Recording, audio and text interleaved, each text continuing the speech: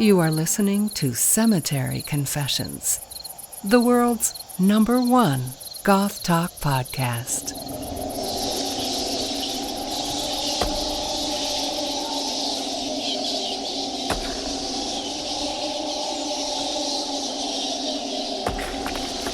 Hello and welcome back to Cemetery Confessions. I am your host, Danny Ashes, and I'm here with my co-host, Trey. Hello. On today's episode, we're going to be continuing a tradition that has been around since episode 3 of Cemetery Confessions, and that is a book review. This time around, we are reviewing the book How to Be a Goth, Notes on Undead Style by Tish Weinstock. We'll be talking about whether or not high fashion is goth, what goth's relationship to the mainstream is, and if goth is gaining popularity as a response to modern-day anxieties, debating whether the gothic is also goth, and exploring whether goth has lost its 80s roots, leaving behind a sort of stringent tribe-focused identity in favor of individualism and no boundaries on the endless ways to be a goth. I think that might only be the tip of the iceberg, actually, but we'll be going through a whole variety of claims and topics brought up in this book, and I can tell you right away I had a lot of problems with this book, so I think it'll be fun to go through this together. Perhaps we could start by reading just sort of the published synopsis of the book to give you an idea of where we're headed. All right, so from the Amazon page, How to Be a Goth, Notes on Undead Style. What does goth mean to you? How to Be a Goth is the essential manual for every goth, as seen on Rita Ora's Insta. There's a bit of goth in us all, Kate Moss. A celebration of darkness, Angelica Houston. Amidst the waking nightmares of our times, the solace of goth soothes our morbid anxieties. Goth now permeates the mainstream at every juncture: fashion, art, music, film, beauty. This grimoire is a manual for every goth, both seasoned and aspiring, as you navigate the pentagram of life.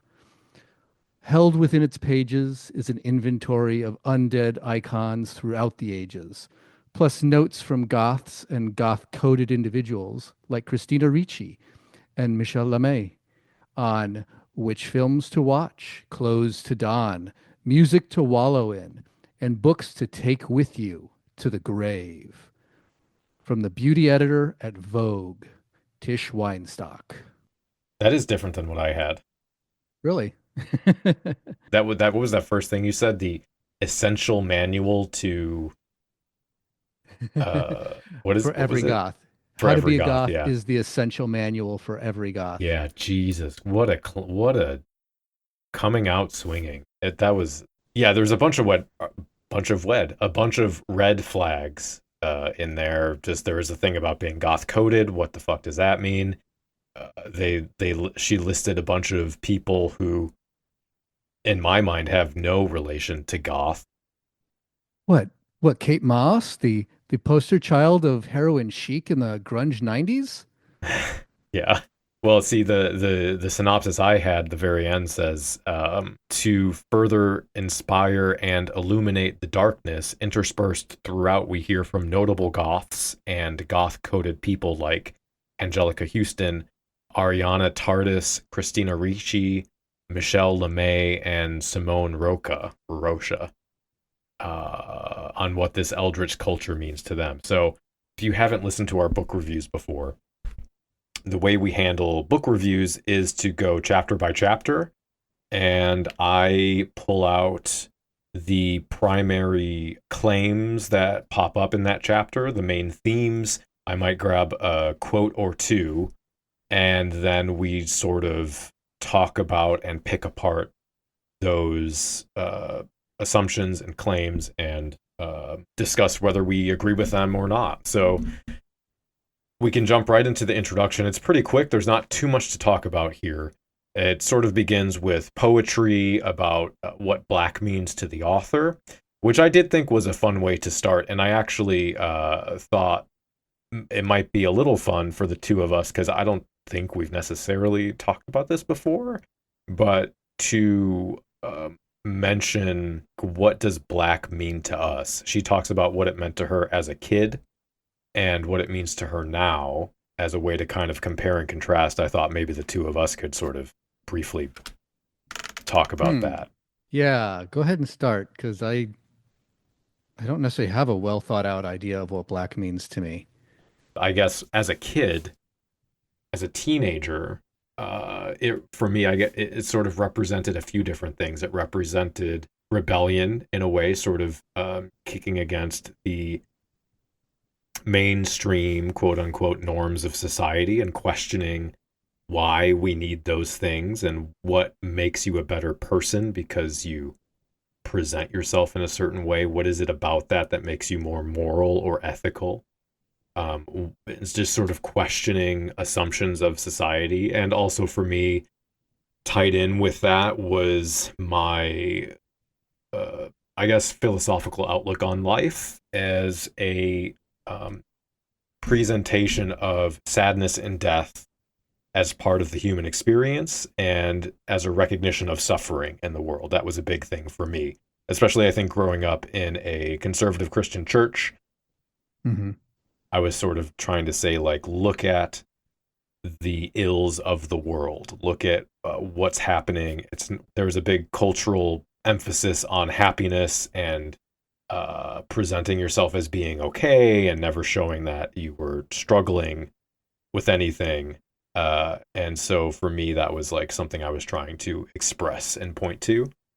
And as an adult, my relationship with black now is mostly just like, I think it looks good. And I think it's interesting. And I find a lot of day to day wear that I see just out and about, not necessarily fashionable or interesting. And so for me, it's just sort of an aesthetic I enjoy and really honestly doesn't hold much of any sort of deeper meaning than that. That makes sense. I don't know why I gravitated to it as a kid, but black was probably the first thing I expressed as a favorite color. It didn't necessarily have anything to do with rebellion because my parents didn't care. I mean, I never went crazy with it. I wasn't like going way outside of the norm. I just had a predilection towards black things. One of the main things for me was black tennis shoes, which was always a Mm, struggle for me to find because tennis yeah. shoes often are I re- multicolored. I've always been very drawn to solids. I've never been. mhm. I like matching different colors solids. As I've grown older and developed my own style, there's almost always an element of color in my wardrobe. But usually, even when I go out to a goth club, I'll usually have a Yeah. color somewhere, whether it's gloves or a shirt. It's still predominantly black, but I'll usually have something that's a dark purple, a dark red, and I'll go with white too sometimes, but it's always flats. It's flats on flats, so I use the contrasts as a statement Hmm. in my current modus. As far as the meaning of black, it shifted. I've gone through when just getting into goth and being asked, why are you in all black? You know, the stereotypical, I'm mourning for the state of the world Yeah. and the Yeah. pain and suffering of the people who live in it. Hmm. I definitely went through that phase. It doesn't really mean that to me now. I think for the most part, it's always meant to some degree an aspect of, I guess, minimalism and Mm, just simplicity. hmm. I like that as an aesthetic. I tend to be a minimalist in general. Hmm. And also, since discovering Eastern philosophy and getting into Taoism Hmm. and stuff like that, as far as the yin yang symbol in Taoism, I gravitate a lot more to yin energy anyways. Hmm. The feminine side, the calm side, not the active and dynamic, energetic yang. Hmm. So the black portion of that symbolism has always worked for me. So a lot of it is that, but it does come down to an idea of minimalism, simplicity, not pastels. That's the least favorite thing I have about business attire and getting Yeah. dress shirts since I've been working corporate jobs for ages. And Hmm. I don't do the whole let's go full on corpo goth and do all black everything because you can find black button downs. That's not hard to find. The hard part is finding a colored button down that isn't basically white, but with like a hint of some other color, like a blue Hmm. inflected white or a yellow inflected white, a pink inflected white. That is what you get when you look at button down shirts Yeah. 90% of the time. So when I can find my button downs in jewel tones, that's what I get. I want a ruby red. I want an emerald green. I want amethyst purple. So that's kind of it for me, I guess, for black. I Yeah. didn't disagree with a lot of the things they were talking about in the introduction, which I don't believe if it's the poem, that wasn't the author. That was the preface, which was Amanda Oh, was it? Arlett's notes Okay. on black. My bad.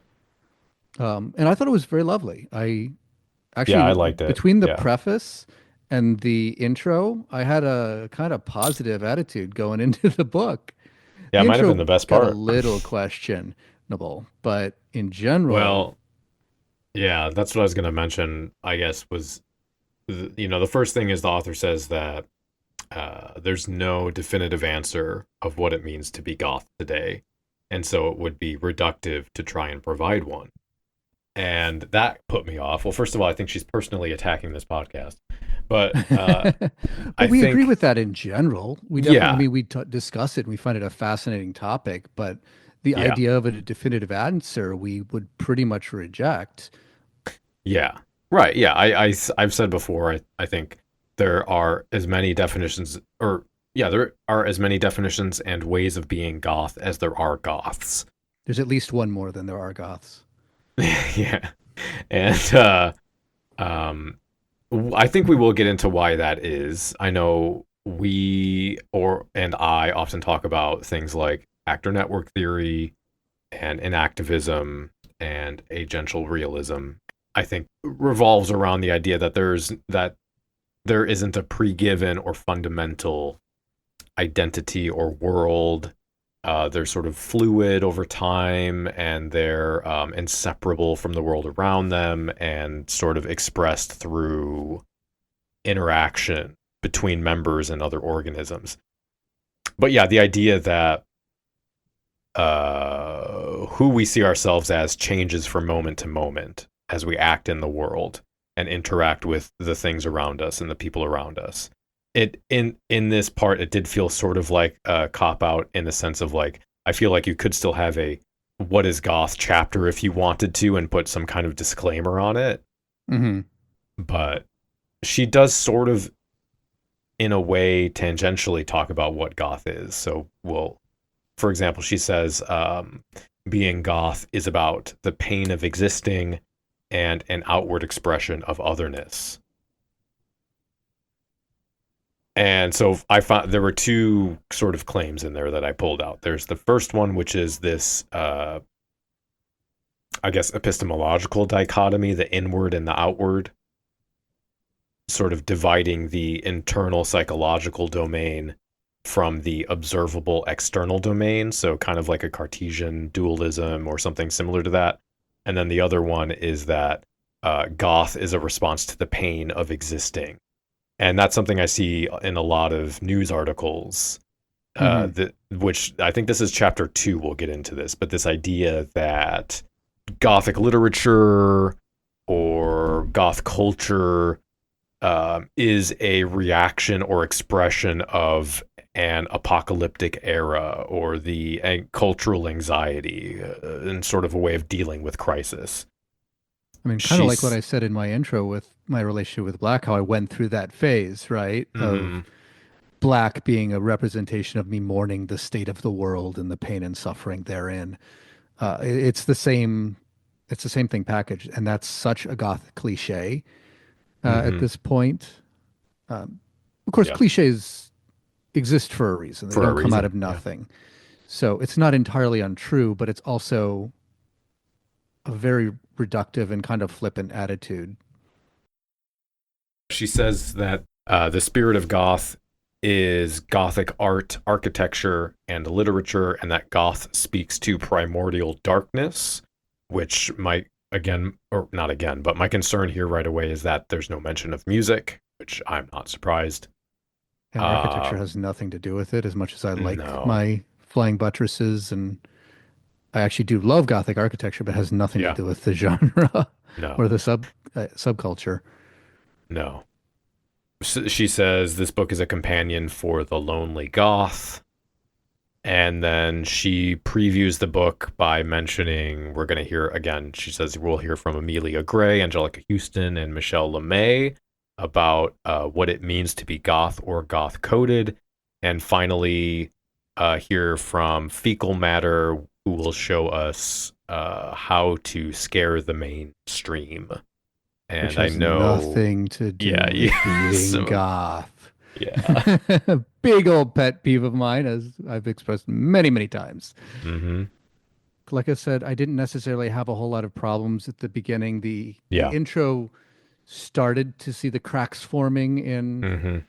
in what she was expressing after the lovely, lovely preface. Mm-hmm. And yeah, she was setting up things that, as they are elaborated much more thoroughly later, are And issues unthoroughly. and unthoroughly. And we'll go through. I mean, she keeps name dropping these people who Yeah. are people that goths like from an aesthetic point of view. Like a goth would say, "Oh yeah, I enjoy the Sure. Addams Family Yeah. and Angelica Houston's a fabulous Morticia. I love Mm. Christina Ricci in any number of movies that Christina Ricci has been in that have been gothy, goth-esque, goth adjacent."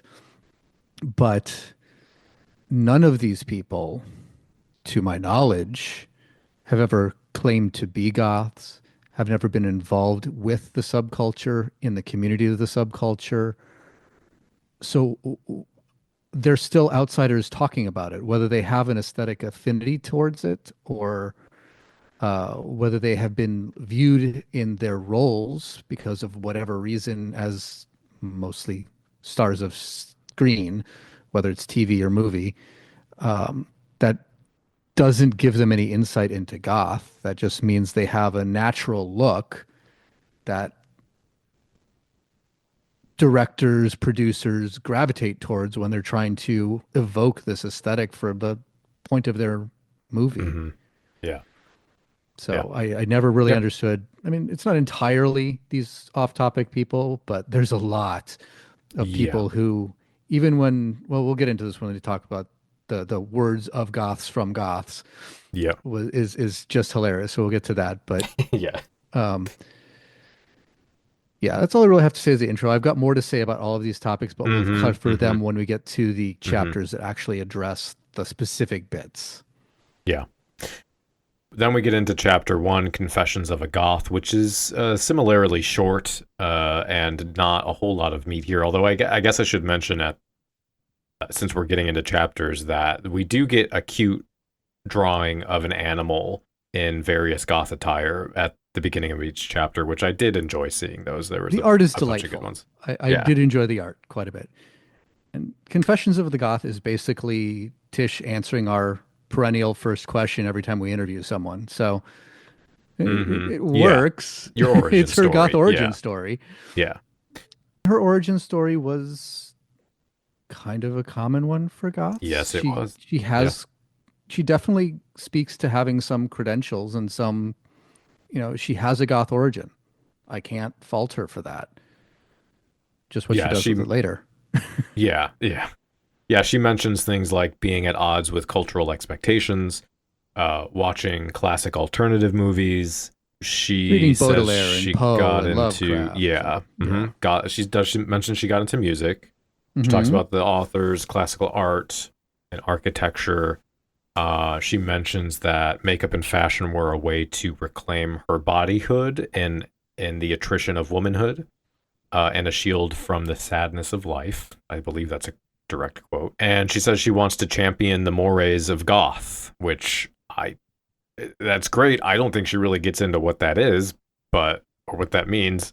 I think it's a little misleading, the marketing for this book, but pretty, I mean, like she you said, gets pretty into a lot of blueprint. that really heavily, but not in a direct way. right? Mm. It's she never like lays it out as a manifesto, Mm. but when she talks about The autism in me needs the manifesto. yeah, well, when she's talking about the people she chooses to include in her various chapters as examples, she usually gives a whole kind of an explanation of what they were on about, and Hmm. that is Hmm. kind of by extension her proclamation of this person's included in this book because they did this stuff in their life for those who have passed or they're doing this stuff now, and that's what makes them goth. It's Hmm. rarely has anything to do with their claims or their words. It's all about Hmm. their usually public persona or how they were told of in history or in the media, again, if they're alive now. Hmm. So that is how I view her shouting loud and strong about what she feels is the defining qualities of goth. Um, Yeah. Well, yeah.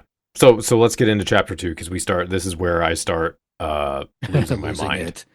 it. So chapter 2 is called A Brief History of Goth, Starts at and our favorite place. it starts yeah, which is the fucking bullshit about Goth starting in 419 AD or whatever dumb shit. Always has to One of start my with the biggest sacking pet of peeves. Rome. Yeah, yeah.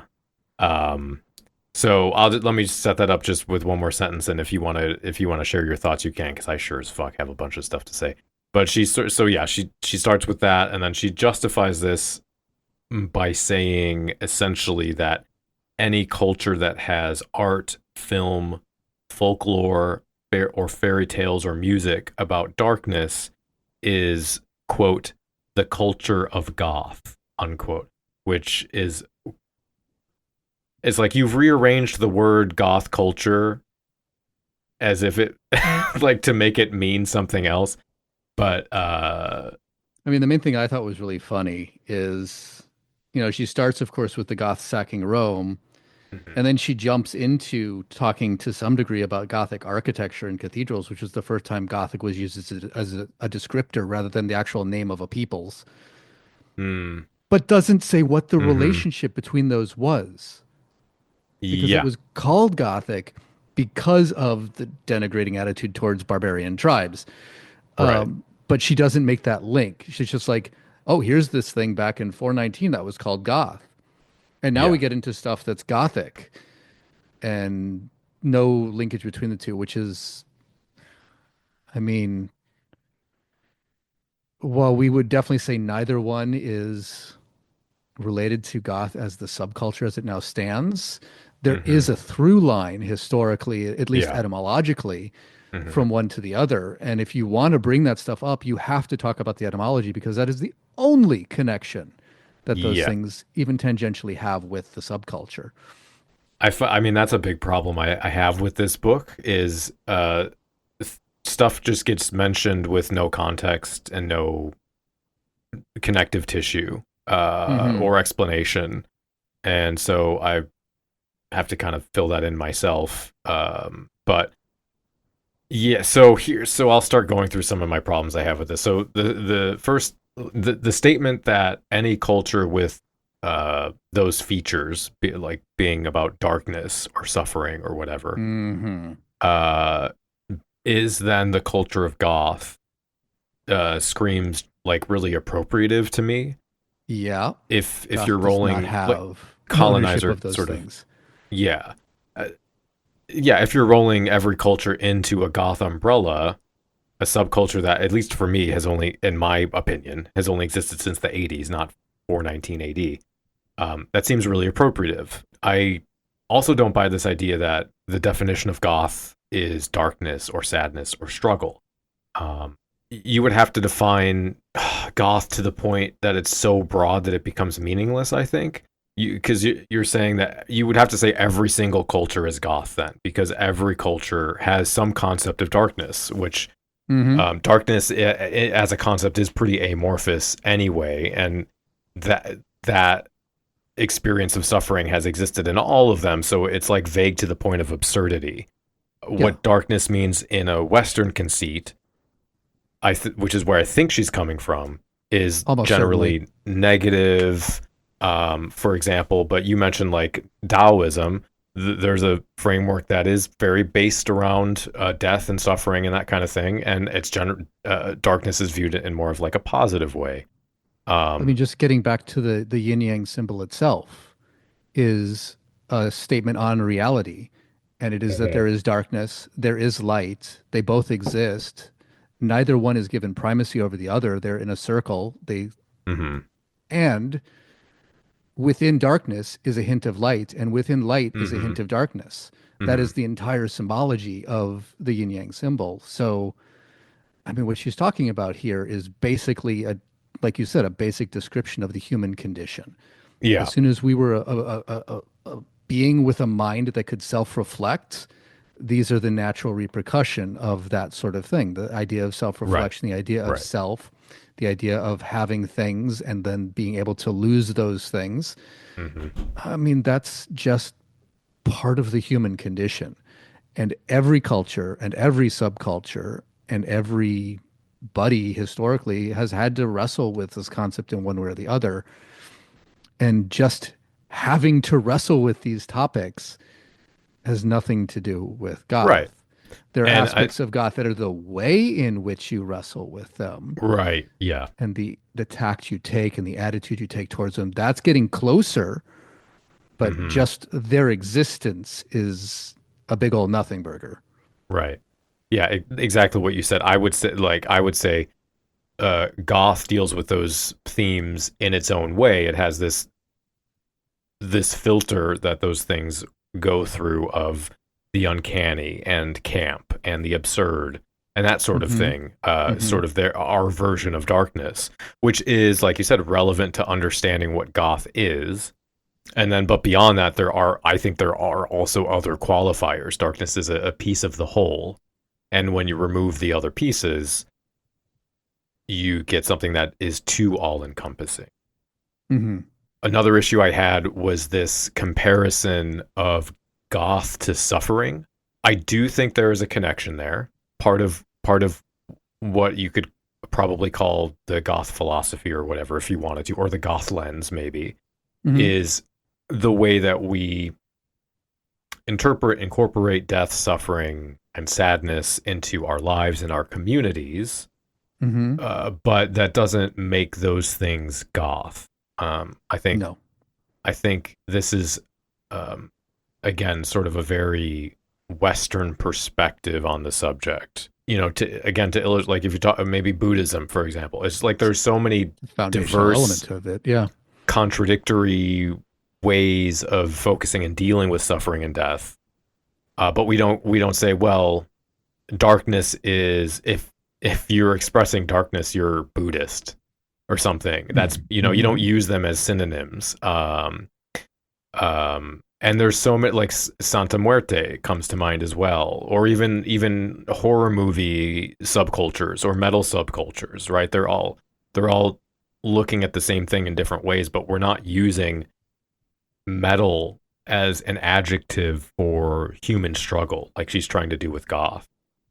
And this is something I think is problematic, and we see in all the time in think pieces, like in The Guardian or The Independent or wherever it is, that sort of reduces the meaning of goth to cultural instability and suffering or death. And again, like you said, they're universal experiences. You would have to say, well, Shakespeare was a goth. If it doesn't. Well, I mean, that is kind of the second part of the second chapter. Yeah. And then she does this thing of calling it the culture of goth instead of saying goth culture.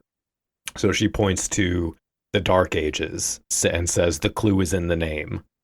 So she's basically pointing to, she's listing periods of history in this chapter where there was great suffering and saying this part of history is goth.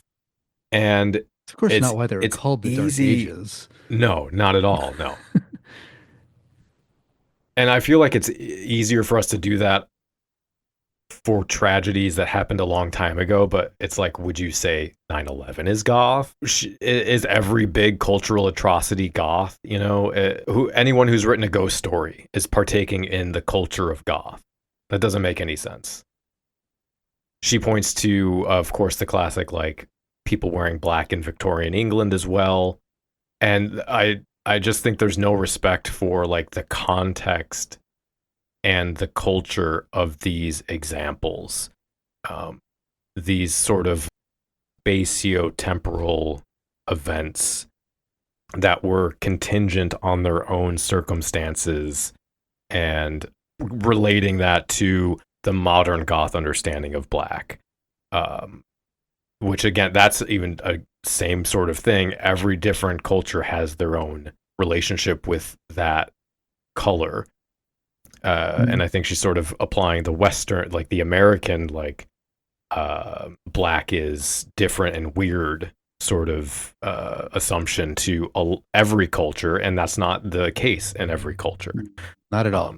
I actually did a bunch of looks into the color black and its association with various cultures and subcultures, and a lot of cultures and subcultures all have different definitions and meanings about what it means. Subculturally, it usually does mean something related to, similar to goth, to one degree or another. It's usually a sign of nonconformity and rebellion and things like that. I mean, that would be in punk culture and metal culture and biker culture and beat culture, even in resistance movements during the civil rights era. There was an aspect of it that actually was a combination of things during the civil rights era, because there was the idea of it as a rebellious color, but also as within black communities during that period, it's part of the Sunday's best. So it was a respectability color and a formal color. And that's also historically been the case too. I mean, it's been, of course, a mourning color for a very long time within Western society, starting in like probably ancient Greek or so, maybe even earlier, but it's definitely been a mourning color. And of course, you did mention the Victorian era with Queen Victoria and her weeping rags and all that stuff, which was black. And that did definitely firm it as that, but it also has a history of being a sign of sophistication and wealth, because black dyes were expensive in the 15th and 16th centuries. So if you could afford to wear black clothing, you were a wealthy person, worthy of respect. I mean, it's still a standard of business attire. Black tie events are high society events. And even getting into Tish's own domain of high fashion, you've got Coco Chanel's little black dress, which since the 20s has been basically a touch point in women's fashion, particularly, which is kind of the focus of this book as well, for chic sophistication, a simple essential that every woman should have when she wants to go to a fancy cocktail party. It is a basic element of attire. So this idea of black as something that is a marker or a signifier of goth that seems to be rife in high fashion in the fall for some reason, because they don't seem to mention black's association with goth when high fashion is using goth on the runway any other time of the year. But as soon as Halloween season comes around, when they trot out the same black stuff, it's like, oh, so-and-so is getting into a goth phase right now. Yeah, she mentions Coco Chanel somewhere in this book, and I was like, isn't she a Nazi? Like, do we need... Anyway, so another big pet peeve that comes up in here is, and really throughout the book, but I think more pronounced here, is the linking of the gothic, because she starts with like social unease and unrest and linking that to goth and the gothic, and then linking the gothic to goth, sort of in a way that implies they are one and the same in a lot of ways. And obviously there's no question that the gothic influences goth. You have I've mentioned examples before, but Twin Tribes has said films like The Hunger and stories of vampires and the occult informed their music. You have bands like Byronic Sex Exile, which is pretty on the nose there. Susie and the Banshees admit they were inspired by Edgar Allan Poe. Christian Death has quotations from Baudelaire in French and English in the liner notes. We've had Goths in Latin America who mention authors like Carlos Fuentes and stories like La Llorona being influential to thematic elements in the scene. But yeah, those experiences of love and loss and isolation and suffering and those things. Goth has always drawn from that in the fashion, aesthetic, music, whatever. But that doesn't mean they're the same thing. One of the attractive things about the Gothic for me and for goth culture is the uncanny. And again, sort of dealing with that like feeling of anxiety and fear as things around you seem to become surreal or unreal, like everything isn't as it seems, which is I think more people are experiencing that now. But again, like not related to the Black Death or something that she mentions. Like that's a different sort of. Anyway, but also completely outside of the Gothic realm too, because the Black Death was well predating that. That was back in her quote unquote Dark Ages. But yeah, that whole idea of the uncanny, so the idea of the uncanny and a lot of that stuff and the passions in their work, it's goth and the Gothic are partaking from the same well to some degree. This idea of the conflict between the rational ordered mind and the chaotic, emotional, passionate existence is a wellspring from which both take a lot of inspiration. That doesn't make it the same because again, we're getting back to basic elements of the human condition. But it is that, from what I know about it, now I'm no Gothic literature scholar by any stretch of the imagination, but a lot of that whole movement at the time when it arose as a kind of a backlash against the Enlightenment and this idea that the world is sensible and explainable and everything can be codified into rules and structures and classifications. And a bunch of people like, hey, wait, we have all this madness and chaos and the passions of love and jealousy and anger. And where does all that fit in your nice, orderly world of rationality? And so a lot of Gothic art and literature is expressing that. That's sort of the basis of almost all of H.P. Lovecraft, the idea of the cocky, arrogant scientists not afraid of anything, going insane when their worldview is shattered by the realities of the chaotic world around them. Right. I think that's one of the things I love about the Gothic is that the way that dovetails with like the collapsing of binaries, where you have like the past returning to become like an agent in the present, haunting the protagonist, or the blurring of monstrous with normality, and this sort of like that uncanny dream aspect that creates a sense of domains collapsing in on themselves in this disorienting, perspective shifting way. The Fall of the House of Usher is a good example, where you have this manifestation of a spooky thing that's happening, and you don't know if it's real life or imagination, or if it's actually supernatural, or if it's actually something natural is happening that's just being misunderstood. It's this complex, messy, gray area where everything is plausible. I actually brought this up when we did our interview with the Museum Den Bosch. One of the Gothic literature theorists I like, Judith Halberstrom, which I think this is worth mentioning here again, especially since we're talking about fashion in this book. Yeah. She talks about surface depth relationships in the Gothic, like in Dr. Jekyll, Mr. Hyde, or Picture of Dorian Gray, and this complexity of veiling or disguising the true self. In Gothic literature, it's not about a dichotomy between the monster and the disguise, but rather that the self is multiple and performative and dispersed across many different appearances. It's like a continuum. which for me complements that sort of actor network theory thing, this idea of the self as multitude, which I think we're going to talk about when, well, we'll get to that.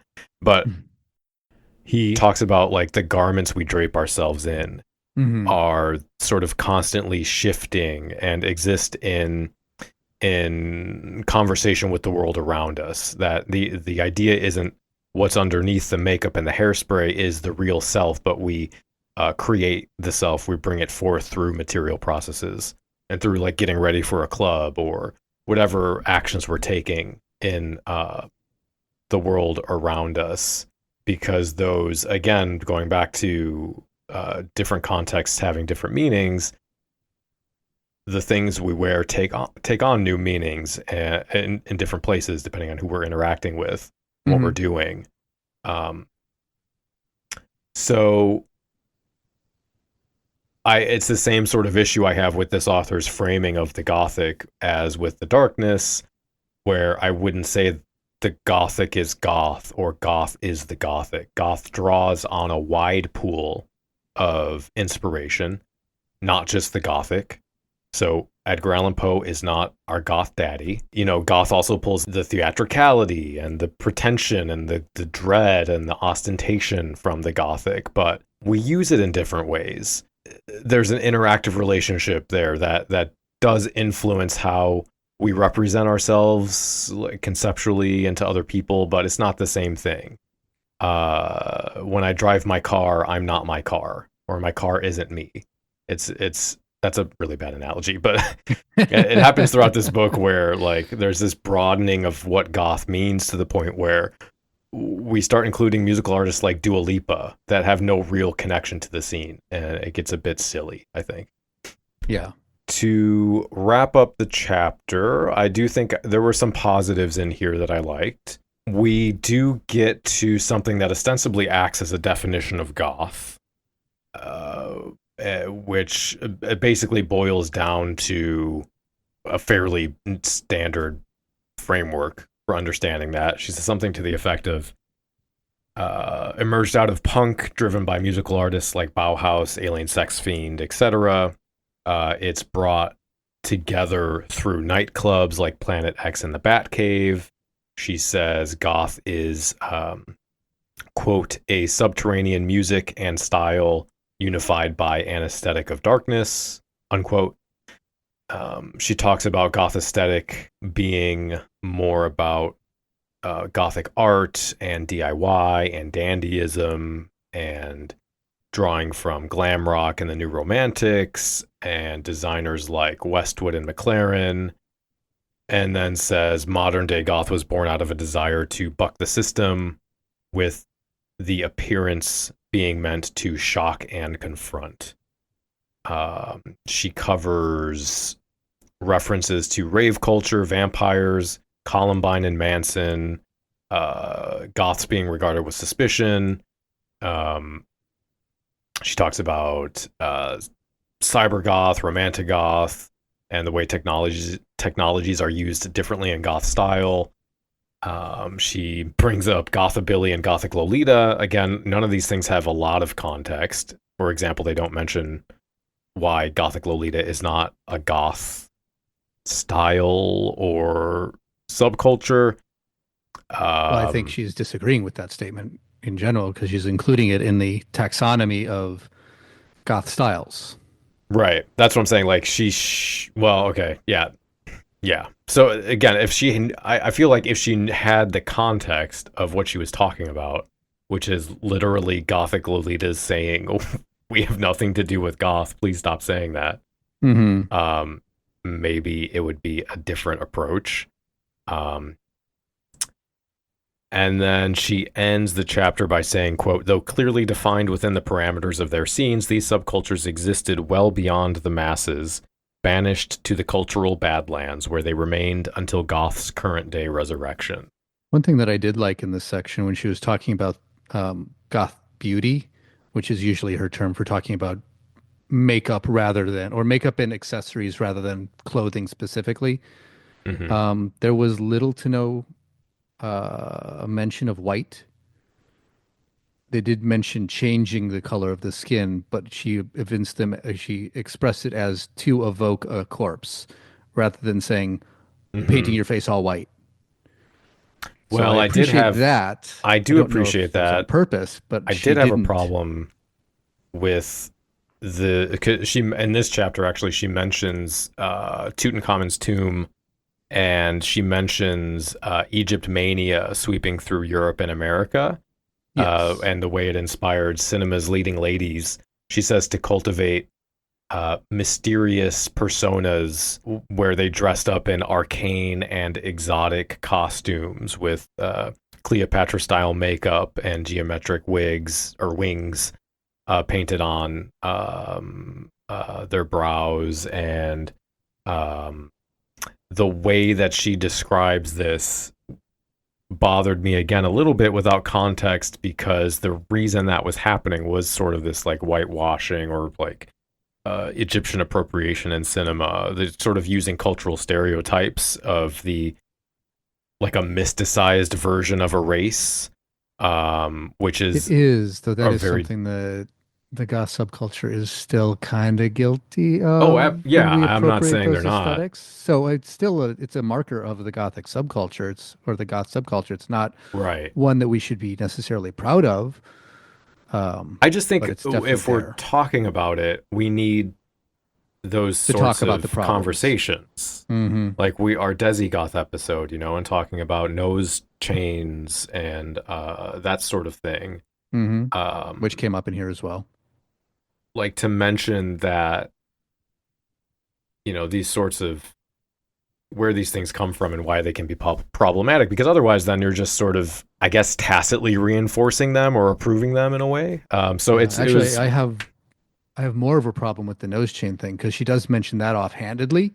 Mhm. And just as like multiple piercings were another trope borrowed from punks, with goths often wearing chains in their noses that extend across to their Mm, ears, with zero context about where that might have come from. At least right. when talking about the Egyptomania, she's acknowledging that these things are coming from another culture and from a perception of it as an outsider. So there's some attribution there at the very Hmm. least, where Hmm. when she mentions the chains, no mention of that at all. There's a possibility that she has no idea what the cultural aesthetic means. She just knows it's something that she's seen goths wearing. Um, that's hard to say because it's not necessarily widely known in a lot of Western spaces where the aesthetics that they happen to see other people wearing and like and gravitate towards Hmm. actually come from. So, Yeah. but yeah, there's no mention with that. All right, chapter 3, Goth Apocalypse Now. So I'll read a quote that where we start off this chapter strong. She says, quote, "As we have seen, Goth has meant different things to different people, from a violent Germanic tribe who sacked the great city of Rome to a historic style of art, architecture, and literature, and laterally a specific style of musical subculture defined by its eldritch aesthetic. As well as obvious connotations of darkness, there is one thing that unites all of the above, and that is the notion of the outsider, disruptor, rebel, which is what No, goth has it's largely come to really the signify letters today. GOTNH, but that's fine. As someone who identifies outside of the norm and who is drawn towards dark matter." Yeah. Yeah, and I mean, so there's that's not the main thrust of this, but just to say that, like, to agree with you, I don't like the that is certainly an aspect of being an outsider, Hmm. but I think goth relies much too heavily on setting up those dichotomies that can lead to a lot of problems, which we've talked about in a lot of different episodes. Yeah, So I I mean, won't necessarily go into I detail, but disagree with the idea of consciously being an outsider, disruptor, and a rebel.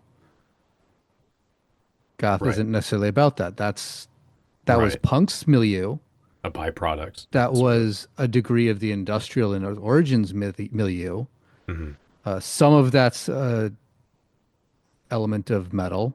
It's definitely an element of biker culture, but not really of goth. That's one thing that to me made goth a little bit more interesting and unique from some of these other outsider cultures is that while goths are often outsiders, disruptors, and rebels, that's a byproduct of them, at least in theory, just being themselves. Hmm.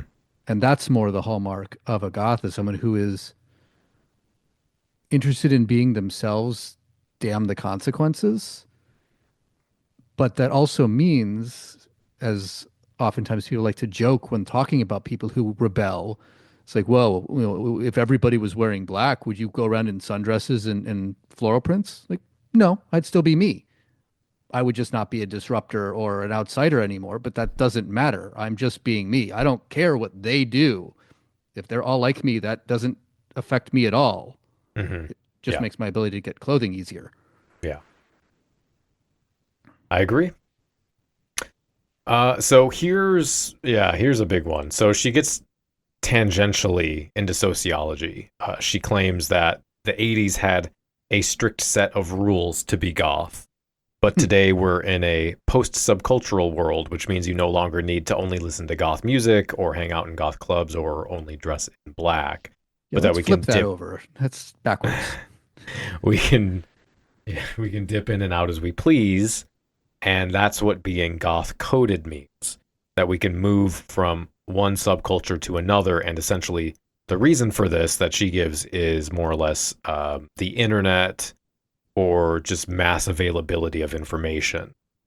So she she says we're in a post subcultural world. To be goth, you don't have to do these specific things um, that we get. She sets up, like, she talks about cores. We have cores now instead of subcultures. Hmm. That, one day you might be wearing a 40s tea dress, and the next you could be wearing a tracksuit from cult streetwear, or layering them together in some anachronistic mashup. But she says today you can be everything everywhere all at once. Um, and this sort of this like stylized aesthetics that are born on TikTok and spill out into real life. Yeah. Uh, so I don't know if you want to say anything about that. I have a bunch of thoughts. Well, I mean, her broad point is totally off the mark, but what she's literally saying is pretty accurate. The idea that this flourishing through the internet of communities becoming more niche and niche and niche communities allow people to define themselves so narrowly, but also jump from one to another as they move between communities is definitely easier, right? Back in, pre-internet times, especially in times where travel was harder too, and you were pretty much stuck where you lived, the idea of joining a group, whether you fully agreed or not, but having to join a group was kind of important. And there were only so many groups that were available, especially in the idea. I mean, a lot of this is through the identity formation period that is uh, the youth or the teenage years, which, as she pointed out, is was also a relatively new invention in the 60s and 70s. This idea of teenager, as opposed to going directly from being a child to being an adult who had to exist in the world and make their own way. This sort of extended adolescence is a thing. And one of the hallmarks of that is this restless seeking of identity because you're trying to figure it out. And so, and this is the same comment I had when neo tribes were a thing. It's the same thing with those cores and all this stuff is what you're describing in this dipping in and out and not having a firm idea is adolescence. That is the fundamental core of adolescence. You're trying on identities to figure out what works and what fits as you are growing and learning who you are. And you have different social circles and things like that. Now, the internet age has made it much more obvious and much more easy for those shifts to be I guess, seemingly more diametrically opposed or more wild, right? Because you have all these little groups you can just go to change a forum and you're in a wholly different society or a whole different group of people with a different aesthetic and different ideas and stuff, and you can try that on, and that can be wildly different. Whereas in pre-internet times, in the 90s or 80s or 70s and 60s, you had only a limited subset of groups you could belong to. Mhm. You had like your jocks and preppies and freaks and weirdos and greasers and all these sort of subcultures that people will point out, that the constant people that are always in all of the coming of age movies, your breakfast clubs and rebel without a causes and all this stuff. It was much it's always been a thing for people to try to find a tribe, to find a group to belong to. That's part and parcel of being a social species. There are people, of course, who are outside that, but in general, there's a strong pressure to do that. And when there were more limited groups to join, you kind of just went and joined it, and you started to mold your identity to fit in with that group, just to fit in, because there wasn't really, it was like you picked the best option. Now there's an option, a group, an ability to find people with any tiniest little sliver of specialized interests you can figure out. So it's trivially easy to jump between it, and that's I think why this idea of neo tribes and cores has gleaned such expression, because it does seem that people are much more fluid and much more non-fixed with their identity. But I think that's just an artifact of availability and how it affects youth subculture, because as people age and grow, they do eventually, usually, end up gelling around an identity and moving into the world with that identity. Sometimes it's a forced identity for people who are trying to conform, as our society still does put a pressure on not standing out. And then some people, like goths who age into and continue to stay in goth as they age, will disregard that pressure and just do what they want regardless. Yeah, I don't necessarily agree with you. That's fine. That's good. I think Makes the show on a more few interesting. things, I guess. So you did bring up neotribes, which I think is where she's pulling this from, and I Yeah. actually want to, in a minute, sort of briefly explain the sociological lineage of where this comes from, because I do think it helps give context and structure to where these frameworks of identity are are pulling from. I think a couple things. I think I agree that there are more sort of micro groupings in a labeled sense. Like, I think we have more terms for them now, but I don't necessarily think there were fewer previously, because you're talking about like broad subcultures that are generally acknowledged and studied. And Hmm. so from that sense I agree, but I think in a smaller way there are an infinite number of groups and tribes and identities, because in sort of like Ted Shosky talks about plenums, which it's a way of organizing social life as these ever shifting and changing and dynamic bundles of arrangements and practices. So there are infinite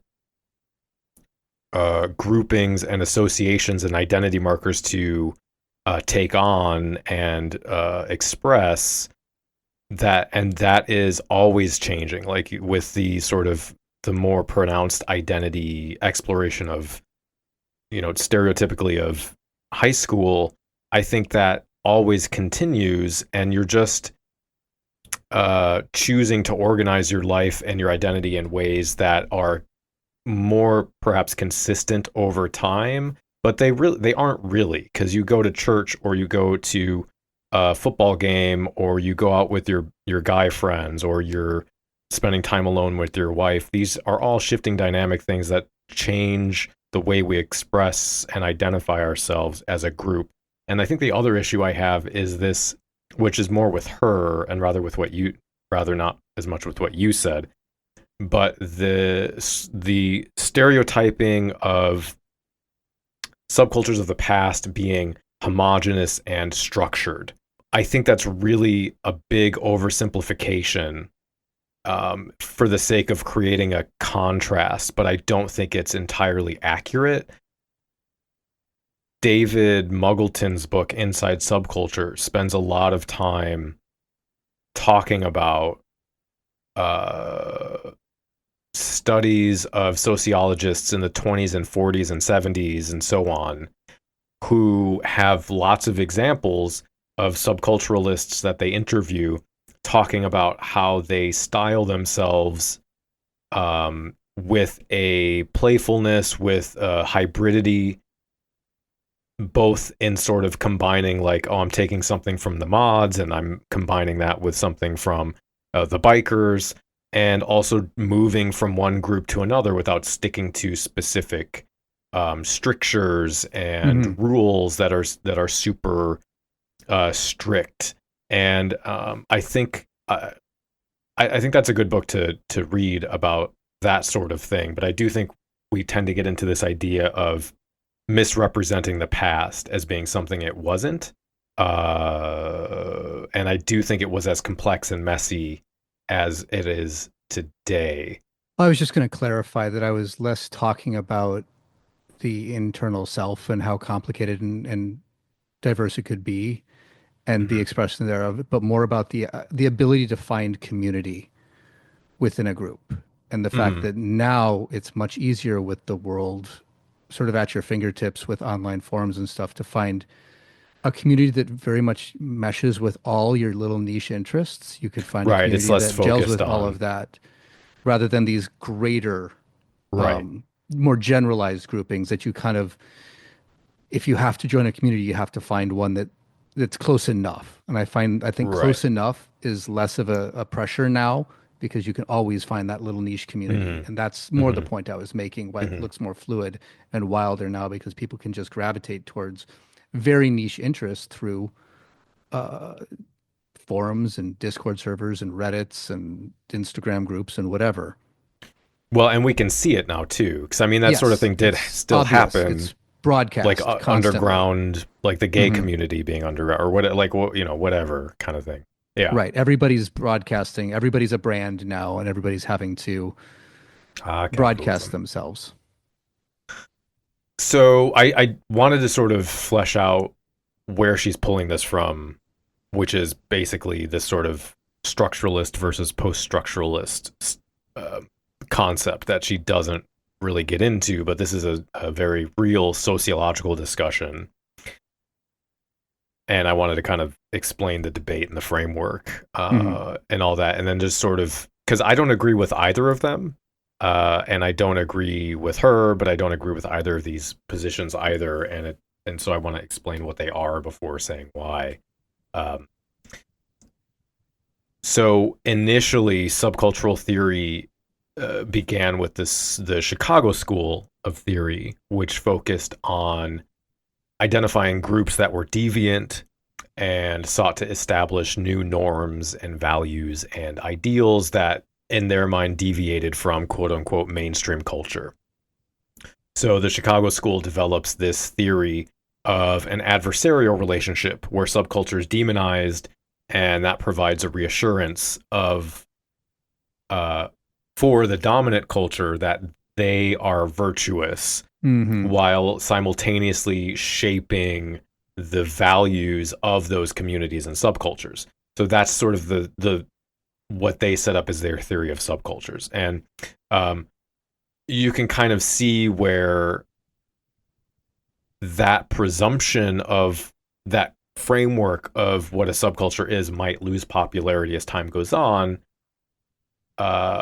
because we do have more and more subcultural stuff being used in pop culture.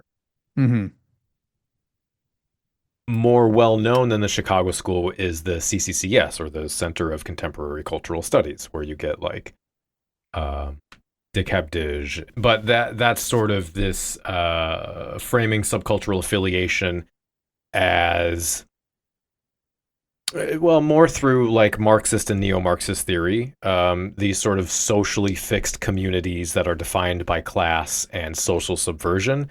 And then the CCCS puts a lot more focus on style and clothing and sartorial idioms. So viewing clothing and that kind of ephemera through the idea of having fixed meanings that subvert a more mainstream understanding of those items. And this is largely formed through youth cultures as a form of class resistance. So it's this idea of youth expressing anger or rebellion against the mainstream and the capitalist system. So you have like semiotics in the mix there, which is the study of interpreting signs and signals, and all of that coming together to sort of focus on the dress and presentation of subcultures, and that these subcultural items have fixed meanings and goals underlining their values. So Dick Hebdige had this idea of bricolage, which was essentially reusing ordinary objects in new ways to resist commercialization and pop culture. And like the safety pin for punks is an example he uses for that. So that interpretation leads to this materialist fear of commodification, which we hear about in discussions today about goth, where you have the dominant culture recuperating or reintegrating those signifiers and selling them back to you. This was this idea of like why they thought punk disappeared, because it removed the subversive or activist potential of the subculture, turning resistance into a commodity. Mm-hmm. So those are those two things. That's a kind of a gross oversimplification. If you want to read further on that, I would suggest Paul Hodkinson's book, because he talks about that a lot. Also, the book Hebdige and Subculture in the 21st Century, that sort of gets into all of that as well.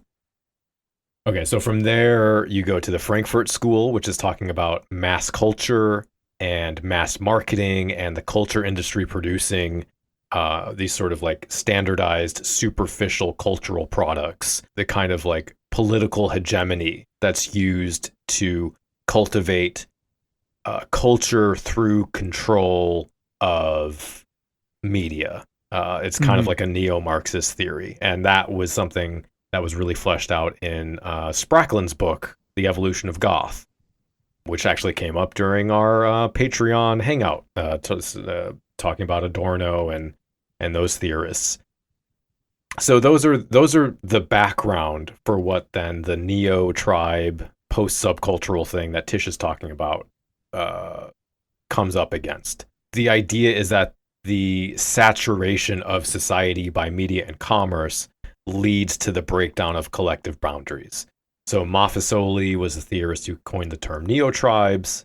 That sort of reimagines these minority social groupings in ways that severed the Marxist theory of this idea of like resistance or subversion, and saying that these are closer to what the author's talking about, like these having these cores as trends, goblin core or whatever, fairy core. So the idea that rather than a traditional reading of subculture where subculturalists are adhering to a single community for their values and behaviors and norms, then you have this postmodernist reading of saying identity isn't tied to a specific location. Identity is fluid. It's taken less seriously. There's this grab bag of traditions and communities to pull from that are temporary and have porous boundaries. So you would say like Goths aren't making long-term commitments or requiring strict adherence to cultural membership like the Goths in the 80s did. There's low levels of commitment. There's transient groupings. You're combining different identities and creating new ones. And some are being absorbed into others or being played with. An example of that is this fashion style I just came across the other day called bloquette, which is a combination of to other clothing styles, coquette and blokecore, Hmm. which are all things I had never heard of before. But it's Heard of more of like coquette, but not bloke core. yeah, it's more of like a fashion thing. It happens in fashion magazines and communities, I think largely outside the purview of goth. Well, that's kind of a thing I have with this whole discussion around core. She's Mm, seems to be equating core with subculture. And I haven't even hmm. heard of Yeah. people Yeah. who talk about, being into the various cores, whether it's cottage core or fairy core or whatever core, as a form of their identity. I've never seen it. I've never seen anybody expressing a core as an identity. A core is an aesthetic, and it's an aesthetic you play with. There are people who have like a house and like, oh, this is my cottage core room, and this is my fairy core room, and this is my literary core room. It's an aesthetic to play with in a space, and it's something that changes up. Like you want to refresh Hmm. you live in a house long enough, and you don't continually usually stick to the same aesthetic, or at least a lot of people don't. They'll want to switch up the room. They'll move the furniture around. They'll swap the art out. So Hmm. it's a fresh Hmm. space, and that's kind of what the cores are. They're those fresh coats of paint when you feel you want to change. You want to play with something different, and it's an aesthetic. There's an Hmm. element of it that's attire. There's an element of it that's interior design. Hmm. There's an element of it that's attitude, but that attitude is really, kind of getting back into your actor network theory. It's a situational and an attitude based in a location.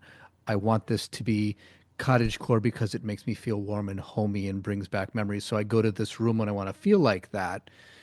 And when I'm good and comfortable, I'll go, when I've had that cleansing time in my cottagecore space, I'll go somewhere else and have a different emotional response because of the environment in which I am there as well.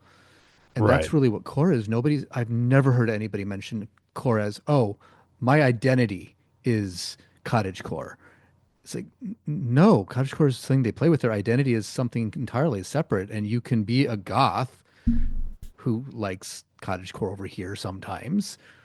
That's fine. They're they're not completely separate domains, but they do inform one another like everything does. But they're not synonymous. They're not one is not a replacement of the other. Right. And that's kind of what I was going to get at is all of these things can exist simultaneously. Hmm. We don't have to have this sort of singular unifying theorem for everything. So what she's saying is like her framework, which I pulled a quote from sociologist Bennett because I thought it kind of summarized where she's coming from. Which is, he says, quote, from this point of view, the group is no longer a central focus for the individual, but rather one of a series of sites within which the individual can live out a selected temporal role or identity before relocating to an alternative site and assuming a different identity. And I think that all of these things exist simultaneously. You can have a more strict sort of subculture or someone living a subculture that way, like a metalhead.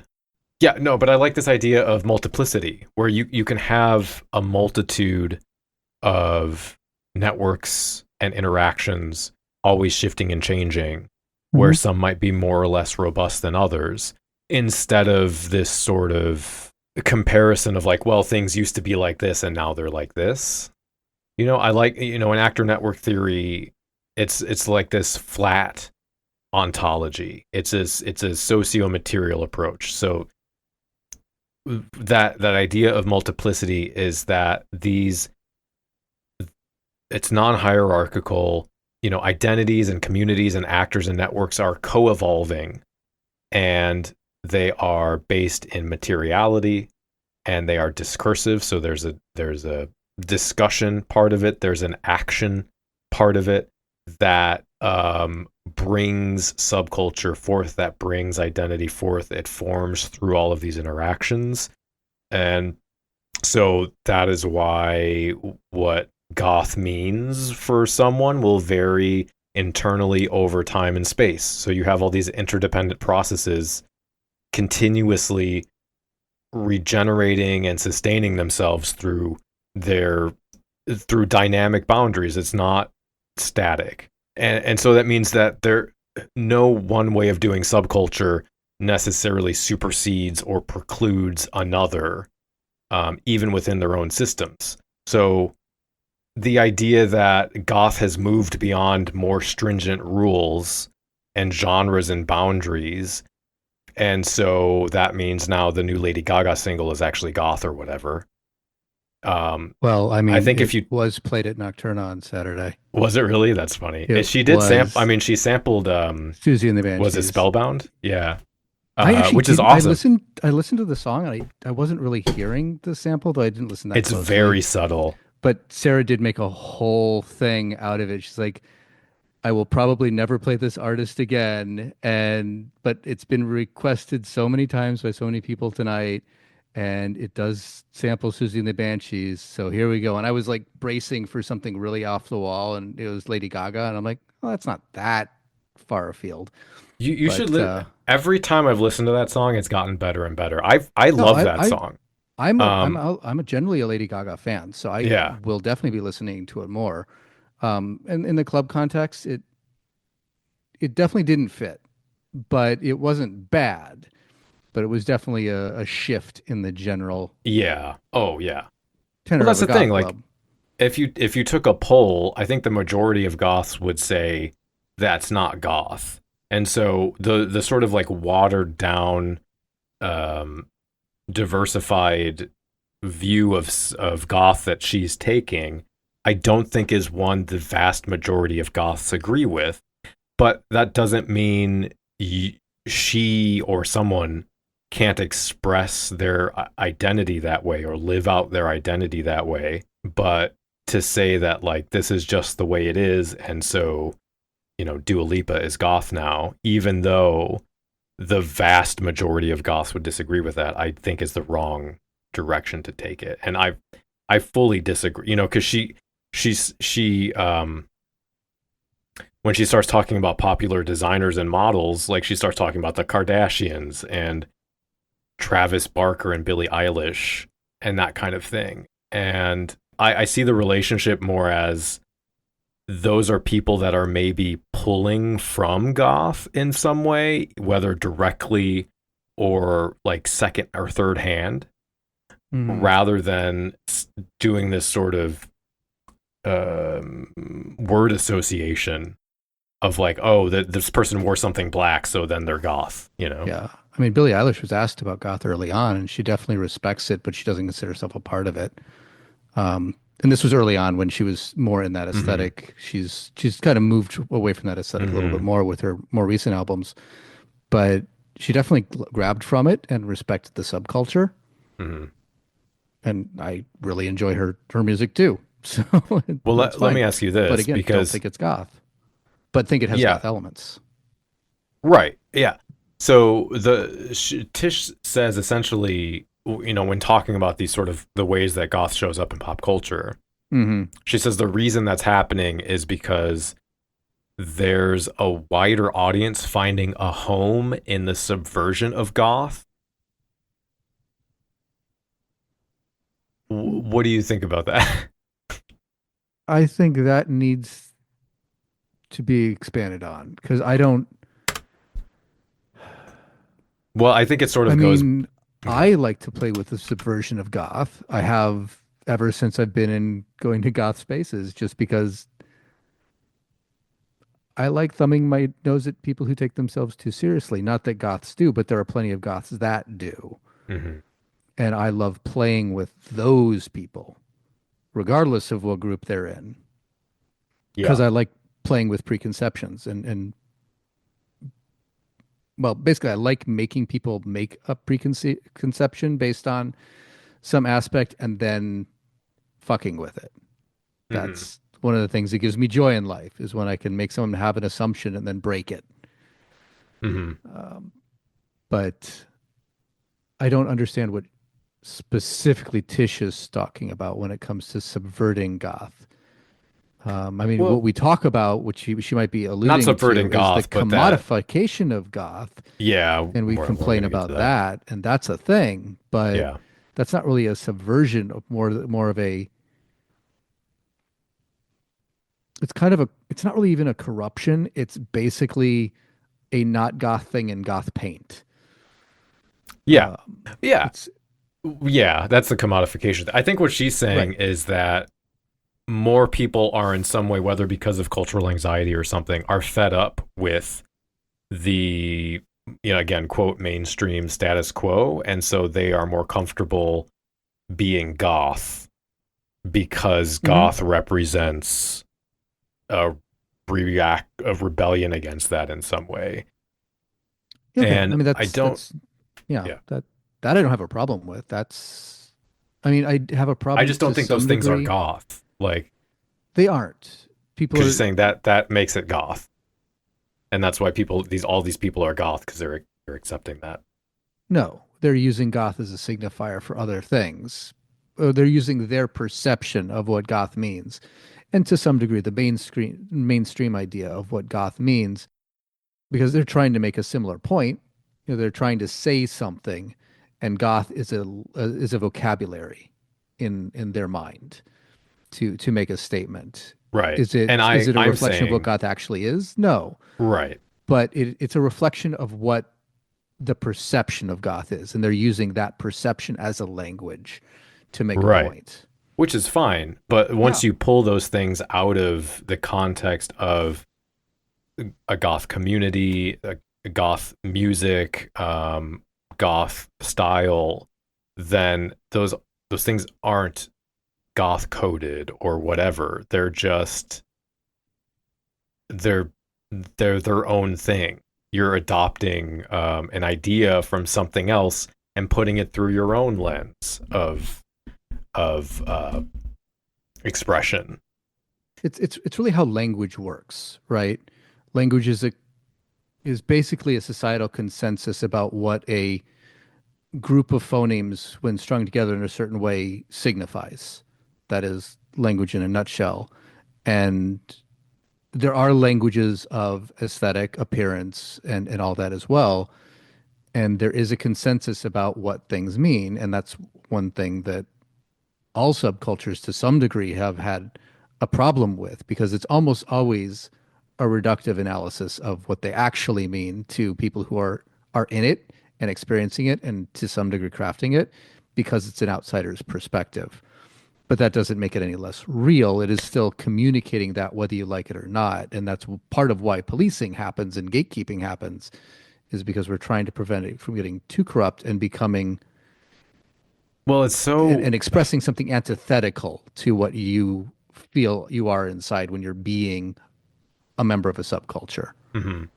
The thing is, it's so detached from goth, and because it's like, well, these, well, what was she talking about? Like, Victorian erotica, Donnie Darko, Nike, like, Billie Eilish. She mentioned the ultimate goth icon, Billie Eilish. SoundCloud rappers, FKA Twigs, Kanye West. Why the fuck is that dude in there? Doja Cat. I feel like it's like these people are pulling from ephemera outside of goth that goths are inspired by and incorporate into their own milieu. But the things that are being pulled from themselves are not goth, and then those things are being pulled from by these other people, and so it's such a like tenuous surface level connection. Because again, like, good to go back to, well, the gothic is goth. That is, so it's like they're all one and the same to her. Like Roz did some BDSM inspired performance art with some projects outside of Christian Death, but I'd never say, oh, look, a BDSM performance artist, that's goth, just inherently, Which Tish because does goths multiple times in like this book. latex and Yeah. sex and black and whatever, so it's close enough. Yeah. She Um, equated BDSM with goth many times in this book. yeah. Okay, let's move on to chapter 4. Well, I can tell you that the Kanye Okay. West thing is probably around the 808s and Heartbreak album, which has that sort of emotional core and was flirting with synth pop. So it does sort of flirt around the edges of some of the goth elements, even within Or the elements that musical goth foundation. pull from. Yes, no, Like it's it's not. not even It pulling wasn't. from. It's not No, it's saying, not. "Oh, Kanye West sampled Bauhaus." It's No, more like Kanye West sampled someone that Bauhaus sampled, right? it is It's closer to that. Yes, it yeah, is. It is a close passing between the two genres and aesthetics, but not really one grabbing from the other directly. yeah. All right, so chapter 4, Coming of Age as a Goth, Notes on Style. This is essentially meant to function as a style guide for teens and people in their early 20s. And this is where I Mhm. really started to wonder who this book is for and what the thesis is. Because it felt jarring to me jumping into stories about high school and college. She's kind of talking about the experience of, having independence for the first time and the awkwardness of a developing body, Mm-hmm. and then following up on that as if this book was meant to be a how-to guide for baby bats, sort of in the Gillian Venters vein or something. But I was, again, this was to me more marketed as a, a broader cultural study exploring the nuances of goth, and it felt kind of like a sharp left turn for me. And multiple of these happened throughout the book that felt sort of disorienting. And I'm wondering who is supposed to be the audience for this book, and where's the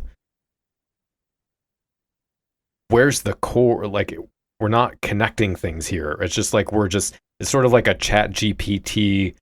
Here's a bunch of buzzwords that have kind of are connected, but there's not enough of a narrative behind them to tell a coherent story. And I don't know how you felt about that, but this is where I started to feel like I was confused. I mean, I kind of almost have an opposite view of it, where this is, I think, where she's more addressing what I thought the book was going to be about. Because Mm, this is more of an instruction manual. This is more, hey, here's ideas for clothing. Here's what you should probably have as basics. Here's some makeup ideas and what kind of basics you need there. I thought these chapters where she's talking about actually, as the title of the book is, how to be a goth, is what makes sense. The other chapters felt like trying to justify her credentials when she's mm, talking. I mean, I guess she's kind of, so the chapters on the goth heroines and the chapters on words of goths by goths, those felt like justification for her expertise that she's sort of portraying in these actual how to be sections. mm-hmm, So I didn't view this as confusing. It I mean, it fits with the narrative so far because, I mean, the first chapter was establishing her bona fides, right? What her mm-hmm, history is, why she's to be listened to around goth, because this is her history. The mm-hmm, second chapter was her discussion of the history of goth, which shattered her bona fides to us, but I could see it yeah. potentially being, especially for someone who's on the outside. I mean, it is a long-standing historical tradition that does make connections from one to another. And if you don't know enough about it or you don't have the groundwork of it, can be another way of establishing her bona fides. Mm-hmm, And now she's going and giving actual advice after she feels she's established mm-hmm, her groundwork, why she should be viewed as someone who is in a position to give advice. And now she's actually giving the advice. This is where the actual how to be a goth part of the book starts, and mm-hmm. she's not introducing herself and her bona fides any longer. Okay. So this part doesn't confuse me. Okay, fair enough. I'll bring it up again when I get confused again. Okay. Uh, I just pulled out some And bits I'll and be the bobs voice from of here. reason that forces people to drink.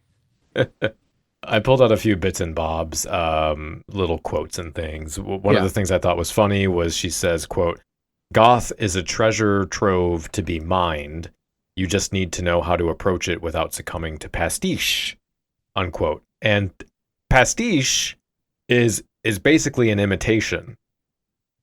A corollary to that would be someone who is a poser. And so far, with all these pop culture references and referencing of the Black Plague and things, I feel like this whole book has already been a pastiche. And so it was a little ironic to me reading that. It Um, is, I think, and there's a place for pastiche in goth yeah, aesthetic too. That's where the yeah. camp and things come in too, and it's fun to play with the pastiche and the tropes and make fun of it, but you have to do so self-consciously. You have to know you're doing it and you're doing it for an effect. I think what she's trying to say here is that avoiding pastiche is basically not being the 11th crow in the club. Right. It's Yeah. it's not taking a specific, very overly done element of the aesthetic or element of a past person's aesthetic, aping it so closely Hmm. in earnestness to try to fit in. That's where I think the pastiche comes in. The idea of goth as a costume is another aspect of the pastiche I think she's trying to warn Which us I away agree from. with. I agree It with it just as well. feels like the pot calling the kettle black, you know? Yeah, a little bit, but I mean that's also informed by what how our opinion has soured over the history of goth section. If this Yeah. came right after her just introduction of herself, I think your attitude would have been Mm, different. hmm. Mm, I think it was the previous chapter that really colored your attitude towards this one. mm. I actually thought this chapter was pretty unobjectionable. I Okay. didn't mind this Well, one let's see so what much else at I all. have in here. Yeah, She makes the claim that there are more ways to be goth today because the beauty industry is no longer prescriptive but focused on democratizing fashion. And she uses two examples for that at two different ends of the spectrum. One is Fecal Matter, who is a designer and model, sort of on the extreme end of style. And then on the other end of the spectrum is Succubus Chic, which is this kind of like goth light. And I mean, to me, it's not related to goth in any way, but because hmm it takes some elements of horror films and high fashion. The main blueprint that I saw when I was looking this up was Angelina Jolie in the 90s, which again, from okay. my view, you're expanding the meaning of goth beyond the boundaries of the subculture. You're getting hung up on the black thing. Yeah, It's black ergo goth, yeah. She makes the claim that many models now move away from photoshopped perfectionism and plastic surgery and filters, which she says is, quote, perhaps more radical than the extreme iterations of goth. which is one thing I like, and I loved how she went. She delves deeper to that later on, talking about certain designers, and I absolutely loved that because I love that in the fashion industry that they are moving away from the basically very, very restrictive concept of what makes a model and ideas of beauty standards have been getting fucked with in Mm-hmm. more modern times. And that's been Mm-hmm. something I've really liked seeing in the fashion industry. So I enjoy her referencing that a little bit here. Mm-hmm. Again, not really goth so much, but also it is because it is an idea that you don't have to conform to some abstract idea of beauty to be beautiful. And that lets you be more free to be yourself. And that is getting closer to elements of goth. So here's a quote. These days, beauty is much less prescriptive, which is how it should be, especially during the coming of age period. Hmm. Where previously your beauty choices were reflective of your tribe, today they are an expression of individuality. In the last few years, the beauty industry has undergone a major makeover. Emerging makeup artists are breathing new life into heritage beauty lines and dismantling antiquated ideals in their wake. Everyday disruptors are democratizing the space with their huge online followings and viral how to tutorials, which cover everything from niche drag to red carpet glam.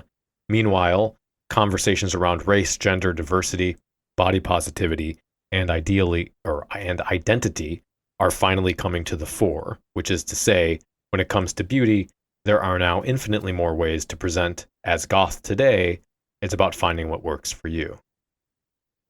So, other than that very last sentence, which is kind of a serious left turn to make it about goth, Yeah. I love that quote. I mean, that quote spoke to exactly what I was just saying about the upheaval in the fashion industry specifically because they were a very negative propagator of harmful beauty standards for a very long time, and that is starting to break down, and I'm loving that. So that whole statement about this democratization of beauty and this idea that you can be beautiful in many different ways is in Hmm. itself a beautiful statement. Yeah. But then adding the thing about then goth is was like, okay, left turn, fine. Okay, back to the thesis of the book. Okay, I get it. Have to include goth there. You were apparently feeling like you're getting off topic. So, other than that, it was a beautiful quote. Love it. All right. Chapter 5, Gothic Heroines, Part 1. So this chapter presents a list of icons of goth, presumably. My interpretation was that she's trying to reify an image of goth and sort of flesh out the author's interpretation of the wide and diverse array of styles that she thinks fit into the scene. Not even styles. This was interesting. Like I was saying at the intro, this is where she starts getting into, despite saying she's not going to define goth, I think this is where she starts to define goth, at least her Hmm. perception of goth, because she's talking Sure. about how people look, how people act, how people express themselves, Hmm. and saying that this is what makes them an icon of goth. And so she is by proxy saying this is what goths are, what goth is. Hmm. So the way this actually works in the book is we essentially get a person's name and then a few paragraphs about them. Mm-hmm. Many of these are like haute couture, high fashion people. The first few people do include some sentence or short paragraph trying to justify their inclusion as it relates to goth. So the one I pulled as an example was Anne Imhoff, where she says, quote, Imhoff's eldritch aesthetic isn't just limited to her art. It seeps into her personal style too. The often gelled hair that covers her face, the tattoos and all black wardrobe full of hardcore band t-shirts and full Balenciaga leather looks. In other words, she is the ultimate modern day goth. But those sorts of justifications kind of get abandoned pretty quickly. And essentially we get I'm glad you like them. They're basically like mini Wikipedia bios. And I had a hard time, and I'll get into that more later, but a lot of this book is essentially mini Wikipedia articles. Um, Mm-hmm. I was going to say, I mean, they are definitely little mini Wikipedia articles, and some of them were intriguing. There were a lot of people I didn't know. I mean, this chapter had a total of, I think, 15 people in it. mhm. I don't think I could find a single goth that I've ever interacted with at any club that would ever name a single one of these names. Yeah, I pulled a couple of them. Doja Cat, Edith Sitwell. Stillwell. Sitwell, Jesus, yeah, thank you. Cozy Fanny Tootie. which is Um, as close as she gets. yeah. Well, I mean, I don't know if Kosi or Elvira would be closer, but Kosi is Oh at yeah, least part of Elvira. the post-punk, or is part of the broader post-punk movement because industrial came out of that as well. Um, but yeah, not specifically goth, but at least pretty adjacent. I FKA mean, Twigs was in there, who she's mentioned before, but again, and then a it's lot of it's sort fashion of people, it and is Helena kind of Bonham Carter. self-contradictory. Helena Bonham Carter, yeah, because like there's this quote about I don't remember who this was about, but she says this person quote never described herself as a goth.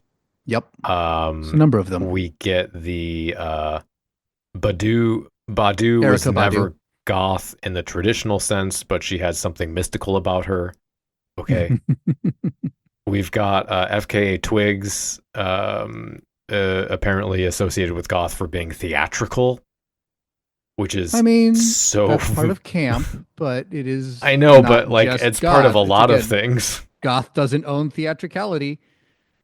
You Yeah, got Queer Spaces got that. You got glam, which is where goth kind of got it from. Yeah, it shock ends with rock. Isabella Blow, who wore black and attempted suicide a few times, was thrown in there because we know that's goth. Mm-hmm. Um, it somebody in Discord mentioned that it feels like all you kind of have to do is be a thin femme, quirky, sad, or vaguely alternative person to get some piece of the goth legacy pie. And it's such a miss because I think there are so many influential goth women we could be talking about. Another person in Discord. More of them do come up in later chapters of this, but yeah, this one was a total miss. As much as I like a lot of, especially the musicians listed in Mhm, this chapter, I like most of them, mhm. but not because they're goth, although a Yeah. lot of them do have a darkness to their music, which is what I gravitate towards. Although Erykah Badu just kind of struck me as odd. I love Erykah Badu's music, but more because it's that sort of a conscious talking about struggle and racial strife and that sort of thing. And I love that too as a theme for my Mhm. artists. Yeah. Well, so here's the question I wanted to pose here because it felt like it was appropriate, and this is definitely a, a little discussion here, but we've got a lot of high fashion people starting to show up, and we're throughout the book we're getting more and more into high fashion. So Hmm. w- beyond me being disappointed with this list, I thought it would be worth asking here: um, can high fashion be goth? Hmm. So I have thoughts about that, as I'm sure you know, because I got into Hmm. it at the Patreon thing. Hmm.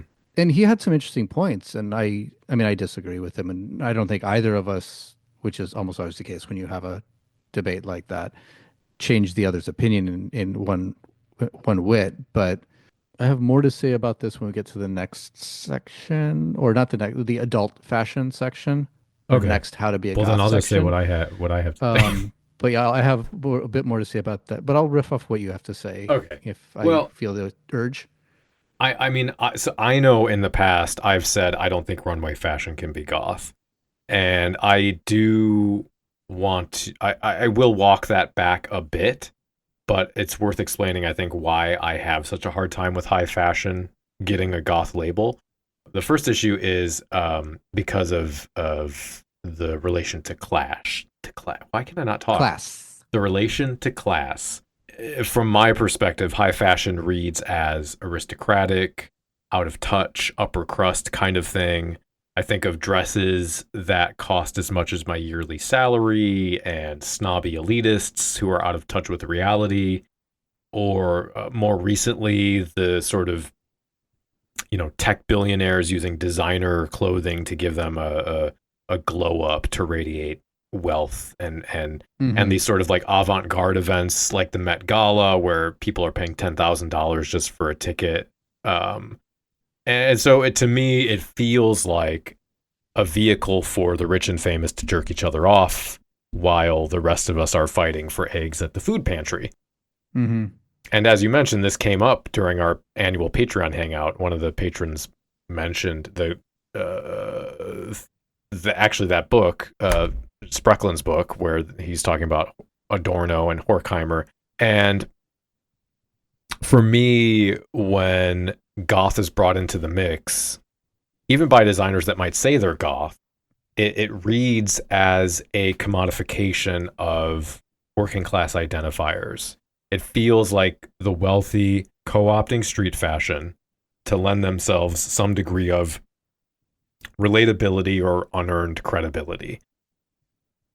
And so it comes back to this idea for me that the game Disco Elysium illustrated so beautifully, but this idea that capital has Hardcore. I just played that part like last week. I go off on that. I start doing So him at the car hardcore. all the time. He doesn't. No, he doesn't say so. He never says anything but He hardcore. doesn't. Oh, okay. He's No, like, you well, can't. He's maybe got he a whole. does. You can. Yeah. There's a whole I know you can get him to break out of conversation it a puzzle. little Yeah. bit. You can, but I just like his entire language of hardcore. It's like a Yeah. Pokemon. He's just a Yeah. Pokemon named Yeah. Hardcore. His entire language is hardcore. And I will in the car as I drive, I'll be like hardcore, That's hardcore, fantastic. hardcore. That's actually a really good impersonation. Yeah, That's really I think I'm funny. pretty good at him. That's pretty funny. but yeah, this idea of capital having the ability to subsume all critiques into itself, and those who would end up critiquing capital end up reinforcing it.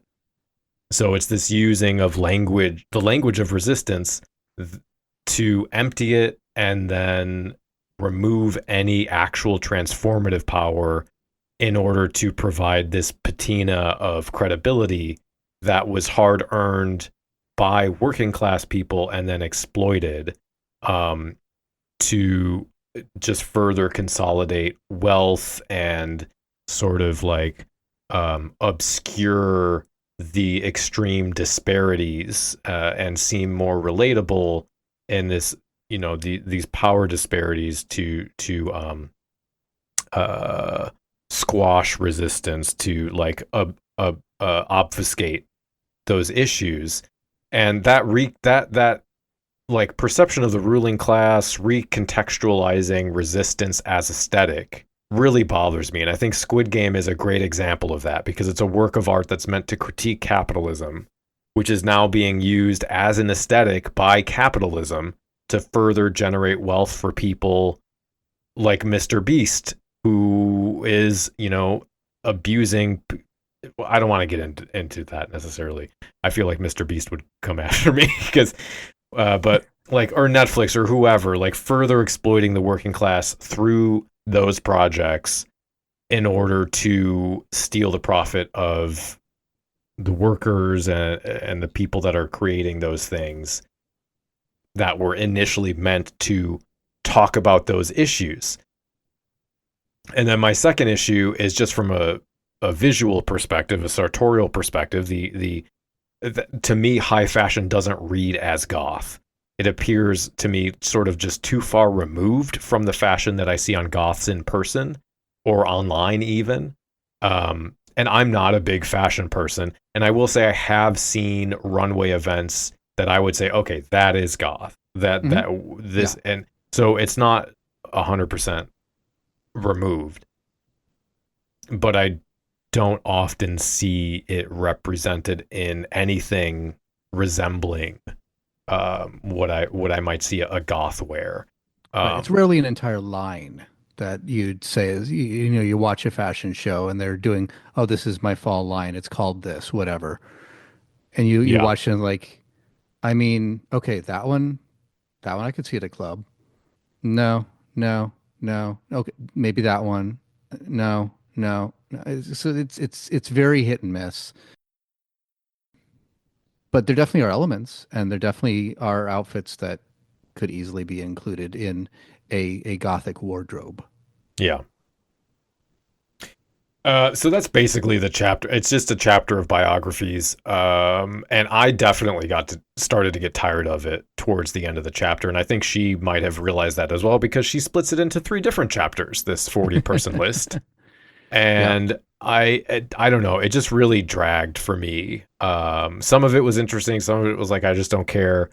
But after a while, it was like, oh, like I've read books that incorporate lists into them, but they're usually like fewer in number, or they're And each incorporated element in. is involving several paragraphs of rationalization. It's just a list. Right. Like, what would be a good? I have a book on cemeteries that might come close to that, where it is like, here's a chapter or two of introduction, and then you get just here's a cemetery, and then here's some stories about it, and here's some beautiful pictures of it. But it, like in that example, there's stuff in there that instills pathos, and there's mystery, and there's it feels engaging to me, whereas this felt too dry. It felt impersonal. There wasn't as much, like, there was flavor, there was like descriptive language, but there wasn't anything about like, this is why this person is important to me, or this. I don't know. It just didn't capture me in a meaningful way. But that just might be me. That might just be my preference. So Yeah, I mean, I've got my list books too. I've got my 1001 albums to listen to before you die, 1001 books mm, to read before you die. I haven't bought it yet, but I think it's on my Amazon wish list of 199 cemeteries to visit before you die, or no, to see before you die. That's the one I'm talking about. Yeah. Okay, yeah, Yeah, and that, it's beautiful. It's a beautiful book. yeah, no, it looks good. It's on my to buy eventually, maybe sometime list. Not high on it, but I mean, I found this chapter interesting and really wanted to. So when I did the first read through, I mean, we were talking about it and you were taking all your notes and writing your 20-page essay on everything.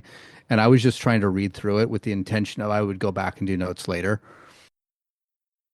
Though what after I read it, I determined I should go back and look up all of these people, right? These fashion designers and see, okay, you're expressing this person, you described all these things about them. I don't have a frame of reference because I haven't looked up their stuff. Of course, with very few exceptions, I never actually got around to doing that. I kept meaning to, and then I kept getting distracted by other things or just not having the energy to do so when I got home from work and just vegged instead. So unfortunately, I did miss that, which is what I wanted to do Hmm. after I finished reading it the first run through. So I found this intriguing, but I also thought it was a huge opportunity missed. What I would have liked is, well, one, this is a very solipsistic book. It's Yeah. all Tish all the time. Yeah. There's other than her little mini quotes chapter, which I don't think was Tish asking them. I think she was mining other interviews where they Well, happen to this is the mention. next one. Yeah, chapter 6. Right, that's the next one. But all of this is it. There's not an interactive element of this book, as far as I No. can tell, where she's interviewing people. And I think this particular chapter right now with these goth heroines would have been an amazing opportunity for her to actually talk to and interview these people Right, yeah. about their relationship with goth, whether they have it or not. If they don't have it, what's their opinion of goth? What's their perception of goth? Because there are elements of their aesthetic, there are elements of their music or their fashion or whatever their milieu is that they're famous for. That is goth-coded or is appreciated by goths or has black in it. Um, and finding what their idea and impression and what they have gotten from goths, whether they've interacted with it or not, that would have been a fascinating element of this chapter. And I would not have nearly minded half so much about how off the wall these people were, because I like to find out what people's opinions of towards a subculture that I find important and interesting, Yeah. because Yeah. I like to know how people are perceiving me if I say I'm goth. Yeah. I think that's And why I that would have like been a great these opportunity. quote chapters more. Yeah, Um, they were better, but this would have been an amazing interview chapter. yeah. Yeah. It's just a list of quotes. There's no context. There's no did she ask the person these questions? What was the question? Did she pull these from other interviews? I have no context for what's happening here. The funniest part is that, so this is, yeah, chapter 6. The funniest part is that a lot of these people don't even consider themselves goth. Yeah, I had a couple of quotes here I wanted to Go ahead. Yeah, highlight. please. So, and it was from this chapter because I didn't go through all the other ones, but they all had Oh, some good. similar of I these. have some fun with the other ones, I think, when we get there. Okay. Well, I enjoyed this. There was one from Betsy Johnson, and her quote Yeah. was, "I've always worn black since I was a teenager. It's not something I've thought about. It's just what I gravitate toward. Maybe there's a psychoanalytical reason for that. I've never referred to myself as a goth." It's like, okay, So why why are is she you in here? this then? Yeah. And then there was Brenda Weischer. I've been Hmm. called a goth many times in my life, but I don't think I really fit into that category. I just happen to wear only black. And that's sort of Great. the nature of these Cool. quotes. It's like, okay, great. Why are you in the book? Then what do you have to do? Because, I mean, what was this chapter called? Like quotes from goths or Um, being goth or, the hang on, I've got it right here. The Goths and goth-coded in their own words, part 1. yeah, see, that's the thing. I guess goth coded is doing a lot of work. Yeah, yeah. Yeah, so when we get to the other two sections of that, I wanted to have a little more fun with it. So what I actually did was collate the themes of the quotes and sort of make a list of like, these are the attributes of what these people think goth is. And we Mm-hmm. could just like go through those real quick and say yay or nay or something like that. Okay, so chapter 7, Goths All Grown Up, Notes on Style. This is where she starts the chapter by describing the trials of an adult goth who's a parent and congratulates the reader for making it through adolescence. Uh-huh. And this is where I'm like, oh, so this is a book about going through the life cycle of being a goth. Is that what's that? It's like a self-help book. Is Well, that what's happening? again, I guess the beginning of it, but again, this is more, okay, this is the advice of how to be a goth for someone who's an adult now, Mm-hmm. one of the other audiences, because it's supposed to be a guide for all goths of all ages and, well, all ages. I can't say all walks of life because that's Which is patently like untrue, but all ages, yes. the scope is too big, just like the scope of goth is too big. It waters it down too much, I think. It But if it's does. everything for everyone, it's not going to speak to you in as powerful of a way. It But isn't.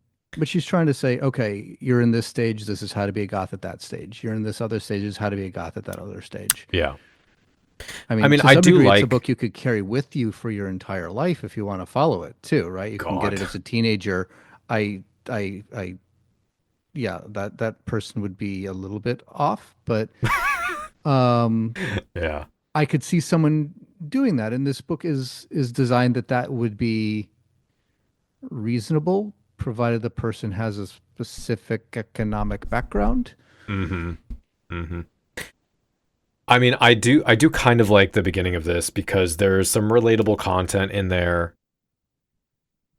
The first thing was this sort of the existential crisis of aging. She talks about how for her it started with the birth of her son and turning 28, but still feeling like a teenager and kind of dealing with imposter syndrome, Mm-hmm. which is that experience is relatable. I don't know if you have any moment in your life that you can kind of point to as like, oh, this is when I really got hit with that existential aging thing. So I've never really wrestled with that Okay. especially much. I came to grips kind of with my own mortality early on, and then I also started getting into the Eastern philosophies, which deal a lot with Mm-hmm. that Yeah. before I hit that existential crisis moment. So I kind of sidestepped it so far. I mean, we'll see. I'm only 47. I've got hopefully Yeah. many more years Yeah. to have my existential crisis, but I know you've I don't know if you're getting through it or you've or if you're still in it, but I know you've had that existential crisis or Yeah. you've been going through that for a while now. And I don't know where your progress is on that. Well, I mean, I had a big one, which Yes. is like I don't have that Good. experience as Okay, much so you've gotten anymore. through that. I have little moments here and there of like, oh, this is a very strange, unnerving thing. But I have better tools of dealing with that now. Okay, good. Um, yeah, I didn't necessarily want to get into a big long thing about that, but I at least related to it. Mm-hmm. I like how she says that there's a balance to be struck when you realize that most people are making it up as they go along, because you sort of have to disillusion yourself of that childhood certainty that somebody somewhere knows what they're doing and there's some immutable foundation upon which they base their lives. And I think that was especially stark for me getting to the other side of the parent-child relationship, where you sort of realize, oh, my parents were also just making it up. But like for me, they presented it in such a way that felt like they knew what they were doing the whole time. And so the way she deals with that, and that sort of being faced with mortality and the uncertainty of existing was through fashion, which that's not where life took me, but I can sort of relate to the what's leads you to sort of this new like a kind of like a paradigm shift sort of thing. Mm-hmm. So we get this sort of fleeting dalliance into metaphysics, and then a couple pages later, we move back onto another listicle.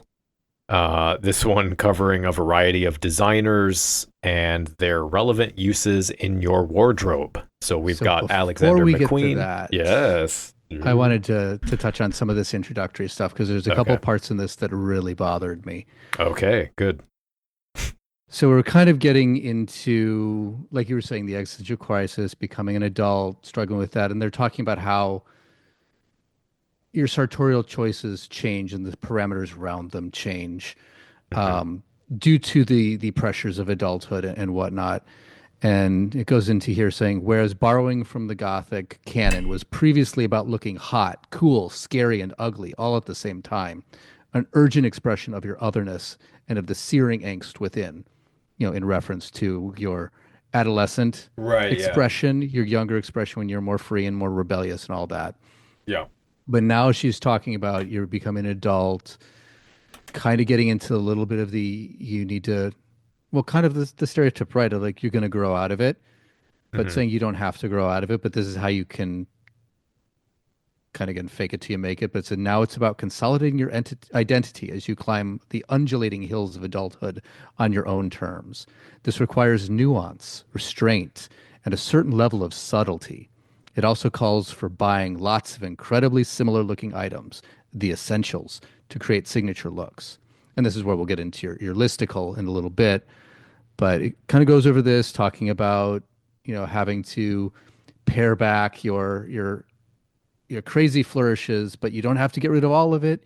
You can still have those little pops of Yeah. something odd. One thing that was sort of really odd to me is that apparently you can wear crazy things that wouldn't be appropriate, like biker jackets, but if they're a designer biker jacket, it's somehow acceptable in the adult world or in the business world. But I don't know. Being in the business world, I don't think a biker jacket, no matter who designed it, it's going to be okay. But this next paragraph is the one that really got me. Okay. So after all this stuff about respectability, she said, "There's another thing happening here. By this point, our goth has woken up to the world of high fashion, along with her newfound personal spending power. No longer confined to pillaging charity shops or late night negotiations on Depop, her pockets now run a little deeper, and the bright lights of Dover Street Market have been calling her name. Instead of Hmm. searching for style tribes, these days she's hunting for individual brands and designers with whom she can align herself." And I hate this. I hate this Neoliberal. so much. One, huge assumption that when you become an adult, you suddenly have wealth. In what world is she living in? Certainly not today's world. Maybe the Yeah. world way back when, each generation was getting a little bit better off than their previous generation. And again, Hmm. that would be bourgeois white culture. That Yeah. did not Yeah, yeah. happen in minority cultures, Yeah. no matter what age you're talking about. So we're definitely in the bourgeois white, Hmm. you know, a middle to upper middle class bracket here. So definitely talking a class situation here. But more importantly to me is that last element where the bright lights of Dover Street Market have been calling her name. So as you get older, you get rid of those sort of ideals of childhood about anti-consumerism and things, and that's part of Yes. growing up is you Yeah. have to become a consumer because, well, Yes. as an adult, especially, Yeah. this is getting into a little bit of feminism here too, as an adult woman, and this is very much aimed at women, this whole book. Yeah, yeah. Which is great. And not just women. And it's good it's women. It's female Mm. presenting women Yeah. exclusively Yeah. because I saw nothing about gender performance alterations, which is something that Yeah. has been a critique of the goth subculture before too, in that men are allowed more to express gender divergence in goth than women are. Well, you would think in a feminist book focused on women, there would be something in here, especially about goths, talking Aha. about the gender play. Yeah. And it does happen with women, though the pressure is still to be feminine and goth. That Yeah. is, like I said, that's been a critique we've presented in the past and it still exists. Yeah. But this book is very much aimed as how to be a feminine presenting woman in goth, Yeah. not just how to be a goth. So the very premise of the book, which seems very egalitarian and like for all goths, is very much not for all goths. So that's its own problem. But then this idea that if that's your target audience, you assume as they become an adult woman, shopping Yeah. becomes a siren's call for women. Yeah. That's reductive and sexist. Yeah. Yeah. Very, very reductive and Yeah. sexist.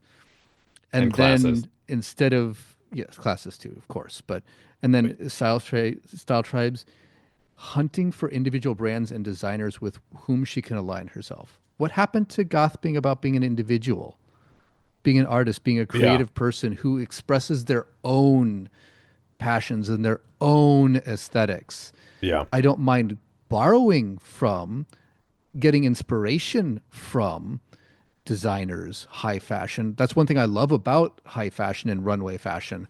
And one thing I was kind of wanting to mention before, and I didn't, but I will mention it now, sort of a difference between runway fashion and designer clothes. The runway fashion I really enjoy. Right. Right. The idea you see these runway shows with these outlandish outfits that they're never for sale because no one can ever wear them. They're so remarkably impractical and ridiculous, but they're amazing and wonderful. And I love them. And that's a great source for artistic inspiration. Mm-hmm. And I can see that being an element you can take from as a goth. You can look at those things like, that's a great idea. How can I make that myself? What can I put together? How can I put together my clothes in a way that evokes that same sense of fashion abandon that is evidenced on these high fashion runways, where the crazier the outfits, oftentimes the better. And then there's, on the flip side, there's designer fashion. That is your Gucci bags, your Yeah. Prada stuff, your Chanel, all this stuff that these high fashion models, these expensive brands, and that's what you were referring to when you were talking about dresses that cost more than your mortgage and things like that. That's the stuff you, in theory, can buy. It's for sale. It's out of the reach of most people that we interact with, but it is actually for sale, provided you can afford it. And that's kind of what's being talked here with the alignment. And that's my main problem, as I was expressing on the patron stream when we were having that discussion, with the ideals of high fashion and how high fashion is expressed compared to my idea of what goth means. And when I Yeah. hear about high fashion, when high fashion is expressed, it always seems to be, I mean, most of my vision of it is, talking with celebrities at the Met Gala or on a runway for a movie premiere or whatnot. And the question is always, who are you wearing? It's not about the person. The person is a famous person, but their sartorial expression, they're basically a showroom dummy. They Yeah. aren't given any agency in their outfit and their attire. Maybe they did, but the assumption of the people who are asking that question is that you didn't design this, you didn't make this up, this isn't your idea. You decided to align yourself, or as she said in the book, well, actually, she did say align themselves with a brand and a designer. Yeah. And that designer dressed you like you're a little child. And Yeah. daddy has to come or mommy has to come and pick Well, out your clothes so you can go to school and not look like a total mess. mm-hmm. But goth is about looking that total mess. It's Yeah. about being Yeah. that total mess that is you. That is the whole point. And if it works or if it doesn't work, it DIY doesn't matter. or die. It's Yeah. you. And it's all about being you. Yeah. And so I have such a visceral reaction against this concept of aligning oneself with designers. Taking inspiration from designers, absolutely. Paying attention to what happens in the fashion world because it's interesting and is points of reference. And they do have good ideas and they're professionals and they've taken classes in this and gotten degrees in design and all this stuff. Absolutely. They're a wealth of inspiration, but you don't have to pick an allegiance with them and buy their products.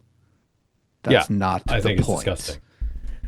So, yes. I mean, yeah, no, I completely agree with you. I had a similar thought when we get to talking about interior design, but it kind of goes back again to that thing of capital subsuming all critiques of itself, because it is this neoliberal capitalist commercialization of everything, or even protests, or like the first thing that comes to my mind is like the Pepsi commercial, the infamous Pepsi commercial, or With the something like that. police, with Or Kylie yeah, Jenner. Was it Kylie Jenner yeah, that was Kylie in that? Jenner, yeah. It's this idea that we are all brands, and brands are identity, and therefore the brands get to dictate everything is perform. I don't like using the word performative because I generally use it in a different way, but it removes the potential for group action and autonomy, and movements for very real material improvements in our lives, and reduces it to a signal through buying a product. I'm signaling that this is my identity without having being any real threat to anyone with power or money.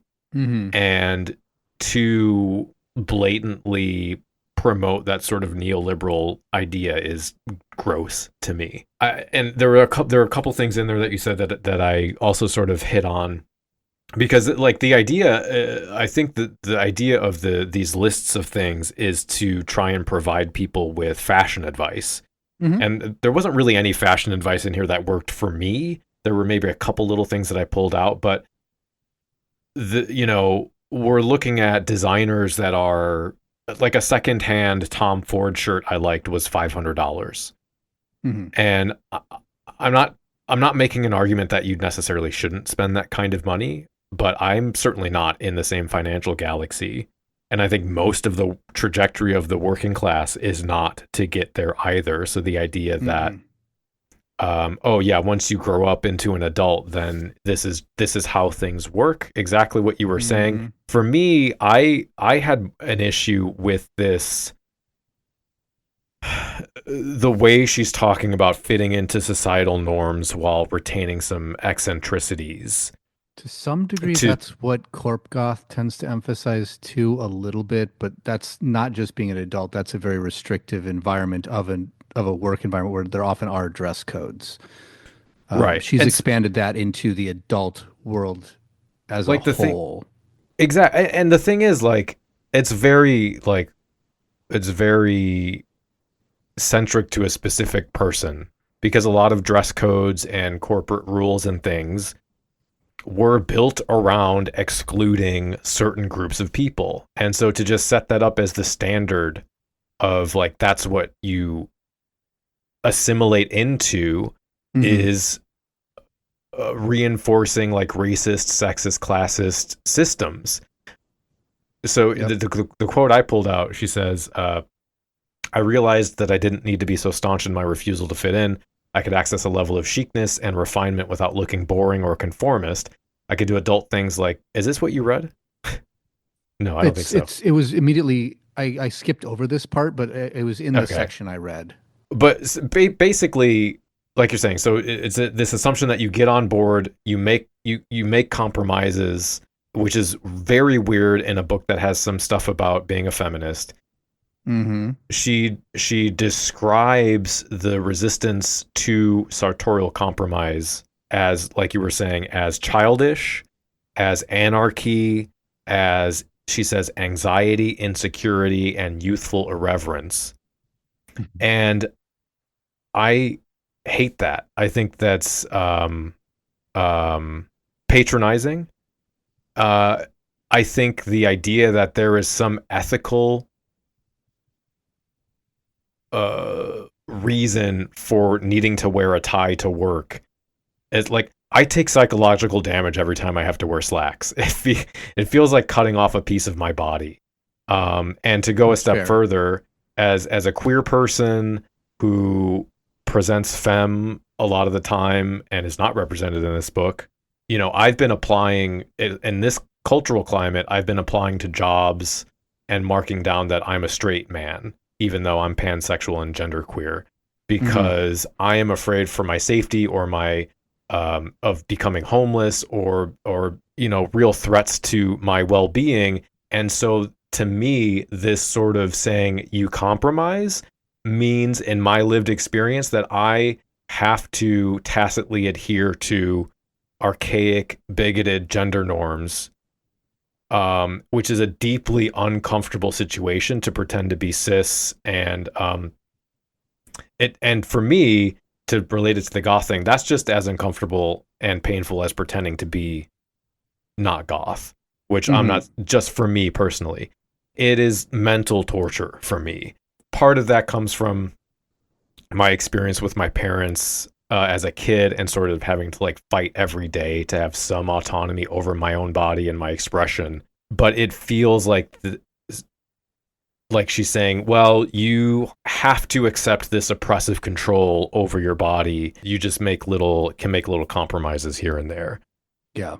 To me, that feels like defeat. It feels like I've been ground down by the capitalist Christian culture and forced to bend the knee and profess an ideology that I profoundly disagree with. And, I'm all for evolution of self and contextual expression, but I've never really been able to talk myself into being okay with that kind of conformity, and sort of I've had to, but trying to cling on to like little incongruencies and rebellions like she suggests doesn't do anything for me. No. I don't think rebellion is the domain of the young, and then you grow up and realize the adults were right the whole time. I think that's a very, again, it's a conservative, patriarchal, it's a very regressive attitude. Yeah. And that is, it's not something I want to cede ground to, this sort of system that exploits the poor and the disabled. So I'm glad you brought that up, because I did also have a big problem with that. Yeah. What this chapter would have been better doing, to my mind. Now, this chapter does touch on something that's important as an adult and does need to be addressed for a lot of people. And that's the trade-off and the risk and the amount of potential added stress that it could lead to based on your decision sartorially. You need to be aware of that before you go and be so outlandish, because there is actual dangers mentally, emotionally, and oftentimes also physically that you should be aware of, so you're not blindly walking into that sort of thing. But it's her stance is basically just conceding to that, and not even fighting it, not giving people the option that you can fight it. Basically saying that's off the table. You're an adult now. You have to conform. Yeah. It makes life easier. Yeah. And there's a part of that that's true. Conforming will make your life easier from an externalized point of view. Now, this is not talking internal states. This is not talking burying your identity. That's always hard. And we've got suicide rates in this world and stuff that speaks to that, especially when it comes to gender identity aspects and things like that are much harder for people to just kind of go along with. I mean, someone like myself who doesn't necessarily have I don't have any attachment to my gender, perceived or otherwise. So that doesn't affect me at all. And I'm much more loosely grasped on my identity isn't tied up with the way I look so much. So I can look quote unquote normal and not feel like I'm really hiding anything. It's just I'm wearing clothes. It doesn't really matter. I'd kind of rather not wear clothes, except when it's cold anyways. I mean, I'd rather join a nudist colony if I could, because I mean, I oftentimes don't leave the house because I don't want to put on clothes. But I know if I leave the house without putting on clothes, I'm going to have some worlds of problems. What are you wearing right now for the listener? I'm actually wearing what I was wearing at work. I did not change. So it is my all black outfit right now. But there are times when I'm just wearing a skirt. I've definitely done a few of those podcasts just that. Though I usually do try to dress up for the podcast. Oh, get in the mood. it's an actor network theory thing, you know? Hell yeah. Yeah. So, I gotta set my ambiance a little bit because my environment definitely doesn't set the ambiance because I don't do interior decor at all as much as I like looking at it. I just live in a Well, I very can't wait till we get functional. to the interior decor part of it. But yeah, I usually do dress up for the podcast. So even if I'm not, if I'm just rolling out of bed, like for some of our morning ones, it's like, oh, what am I going to put on? Let me look through my closet. It's not usually as much as I dress up to go out to say a club, and even that I'm not certainly not the most ostentatiously dressed person at most clubs, but I dress Mhm. up okay. I clean up okay for a goth club. I think so. I think you look fantastic. I appreciate that. I I go with the elegant, not outstanding or outlandish. mm, Or what is it? What's the term that's often used for goth yeah, fashion? It's spectacular. spectacular. That's Yeah, what it is. I don't go for spectacular. I'm not looking to be a spectacle, but I go for refined elegance in general. Though a sometimes I play with that. spectacle in your spectacles. Yes, in my spectacles. Dear listener, am wearing whatever you would like me to be wearing. But don't forget the uh, butt plug. yeah, that's definitely in there, whether you want it to That's be or not. required. Yeah. Yeah. I haven't pooped in a year. The so okay, so the next chapter, I don't really have anything. This is another It's another Gothic list, isn't it? heroines. We've got people like the most identifiable were Lydia Lunch, Lily Munster, and Mary Shelley. I mean, Everyone Lydia else is Lunch like is probably good. She has some goth music. connections. I mean, she's played with like fucking what's his name, the birthday party guy, Nick Nick Cave, Cave. Yep. some other musicians and stuff that are connected in a way. I love how Nick Cave's wife was sort of a poster child of the gothic adult fashion section too. Oh, was she in there? It was don't Oh, dress less like Susie Sue and more like Susie Cave. oh, I missed that. Nice. Yeah, yeah. But let's see, I'm just looking through the names here to see if I I think can the see thing that anyone I else did that pops like, up. the thing I did like about this was just that a lot of this was focused on women in their 60s Hmm. who were sort of taking ownership over their lives and expressing um, their their work that goes against the grain of the expectations of women of that age. Um, but again, it's just a bunch of shortened Wikipedia articles. I Yeah, didn't the get any Luisa insight about. Cas Sorry, go ahead. it was the Luisa Casati one that I really liked in this one. Hmm. She was the real eccentric Duchess or Oh Marchesa yeah, yeah, yeah. that Man Ray was photographing, and she was just I mean, she's just remarkably eccentric, which again is another issue that I have with her framing of goth is weirdos, and goth does not have a monopoly on weirdos. No, There are weirdos who are not no, goths. Being a weirdo does not make one a goth. And I didn't yeah. think Luisa Casati showed up as being goth so much, but I loved her. I loved her descriptions, and I did look into her a little bit. Now, some of the pictures, I looked up the Man Ray pictures. I'm like, I mean, she doesn't seem that weird, but her descriptions in here of what she did and her life and how she lived it was amazing, and I loved her, and she's inspirational. Mm. Um, Awesome. not goth, but inspirational. I love that. Yeah. Yeah. I'm just making a editing note that the previous discussion we had, I'm gonna mark for the YouTube chapters as something to the effect of "we finally get angry" or something like that. Or Trey gets angry and doesn't give the Yeah, benefit of I the mean, I doubt. was pretty angry too, but yeah. I mean, you get angry a lot. I'm usually like they Well, say yeah, in the fair drinking enough. contest, the let's take a step back and be reasonable about this. And they kind of have a point. She had no point there. All right, chapter 9, the Goths and goth-coded in their words, part 2. So this is just like the previous chapter that was this thing. We get a variety of quotes, either trying to define goth.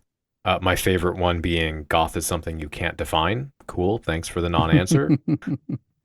or talking about how goth culture had some impact on them. So, like I mentioned, what I did was I pulled out a list of attributes and qualities that are presented as goth or as associated with goth culture, and thought we could do kind of like a little lightning round of agree or disagree or comment on it, and short comment Hmm. on it or something. Sure. So the first one is goth is a form of expression. Which, like, yeah, okay. I Uh-huh. mean, everything is a form of expression. Goth Yeah, is one that's of them. It is a form of another. expression. Although it Hmm. doesn't, now the question, I guess the question it comes into is, does it have to be a form of expression? Do you have Mm, to externalize it in such a degree, to a degree, to be a member of the subculture?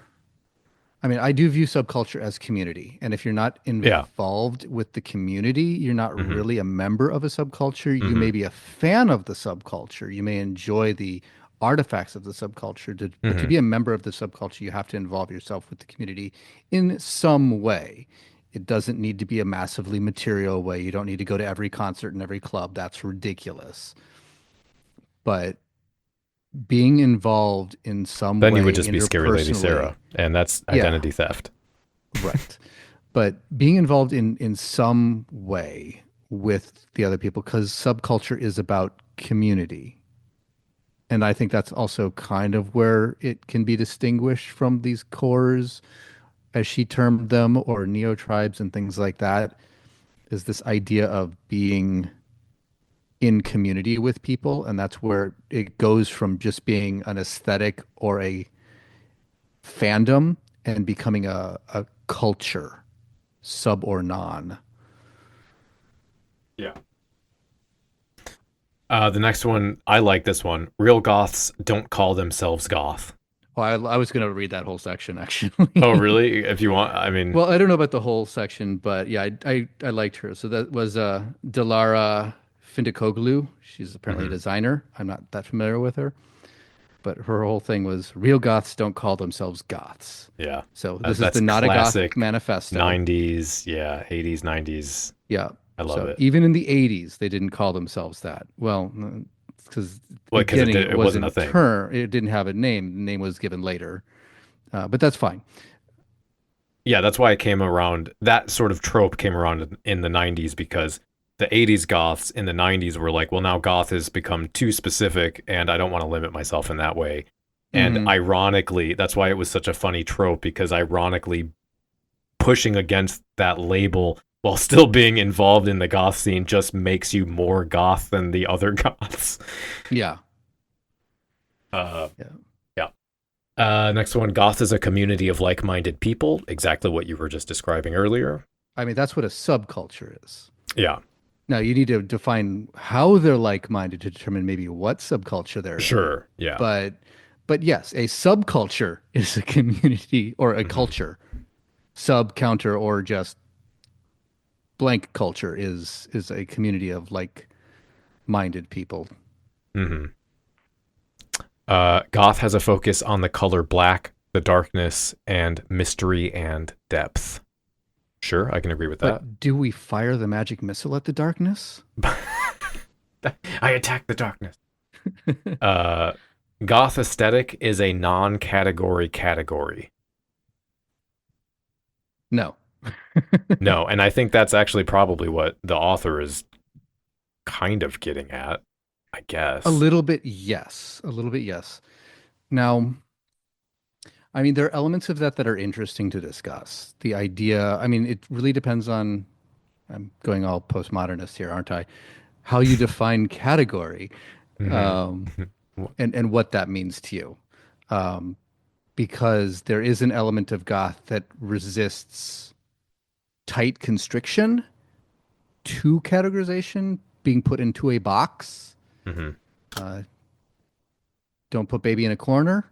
Yeah, yeah, But yeah.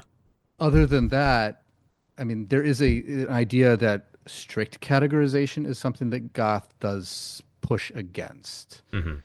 But there is a degree of categorization because that's the only way to differentiate it from anything else. And if there is no, I mean, does differentiation need to exist? Eh, you can debate on that one way or the other, but a thing does not have a definition if it doesn't have defining factors. Yeah. They don't have to be static to No, they have, don't have to be yeah. static, but they do, again, talking culture, talking community, there's a consensus portion of that. But it's not, it doesn't need to be to the extent of conformity. We're not talking cults where you subsume your identity into a Yeah. very static representation, but there is a cloud within which, if you don't fit, one asks, as I have in the past when we've had discussion, why are you here? If you Yeah. don't have anything in common with all these other people, why is this valuable to you? What are you getting out of this association with people whose taste in music you don't enjoy, whose sartorial choices you don't enjoy, whose books and or art or interior decor you don't enjoy? What do you get from being a member of the goth subculture if you don't enjoy any aspects of it? And that's always the question for someone who seems to just want to be in goth but doesn't really want to engage with the things that even tangentially define it. Right. There So we was one other thing I also, wanted to point out from this section. yes. More, it's something that led me into a little bit of a YouTube rabbit hole. It's from your the person with the non-category category.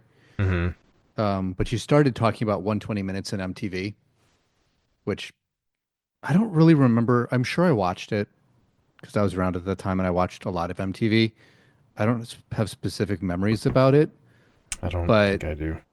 there's, well, it was from 80s, it was from 86 to Oh, 2000, okay. but I don't know if any of that, I don't know what your access to MTV was in your household growing up. My dad loved MTV. So, I mean, we actually, and we don't know what happened to them, but he had a bunch of VHS tapes of MTV that he just recorded, just put it a tape, recorded hours of MTV onto VHS tapes, and they were amazing. We have no idea what happened to them, which is kind of a pity. But so when this description saying that 120 minutes on MTV was an alternative and goth music segment that blew Holly's mind, this person, Yeah.